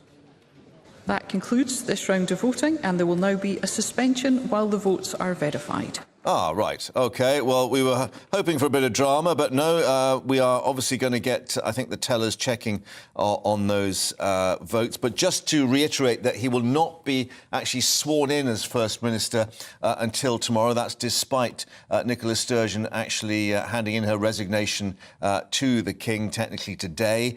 So there is a little bit of a lull in this proceeding today before he officially takes on the role of First Minister tomorrow. But he has already said that he wants to put the controversial gender reform bill back on the statute book. That is that controversial measure that caused so much difficulty for Nicola Sturgeon.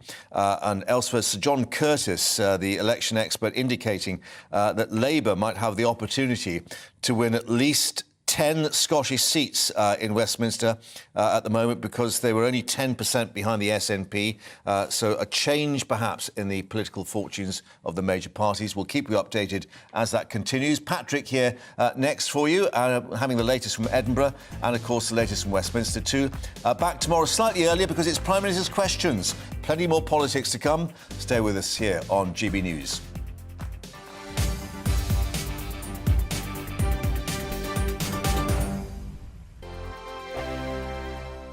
Monday to Thursday nights on GB News. At 6, it's Dubes & Co. 7 o'clock, Farage. At 8, join Jacob Rees-Mogg. And at 9, Dan Wootton Tonight, followed by Headliners. On TV, radio and online. This is GB News. It's all about family, being in people's living rooms, all the interaction and getting to know who our viewers and listeners are. When I was young, my dad used to say, "No, stop arguing." I wanted an outlet that would enable me to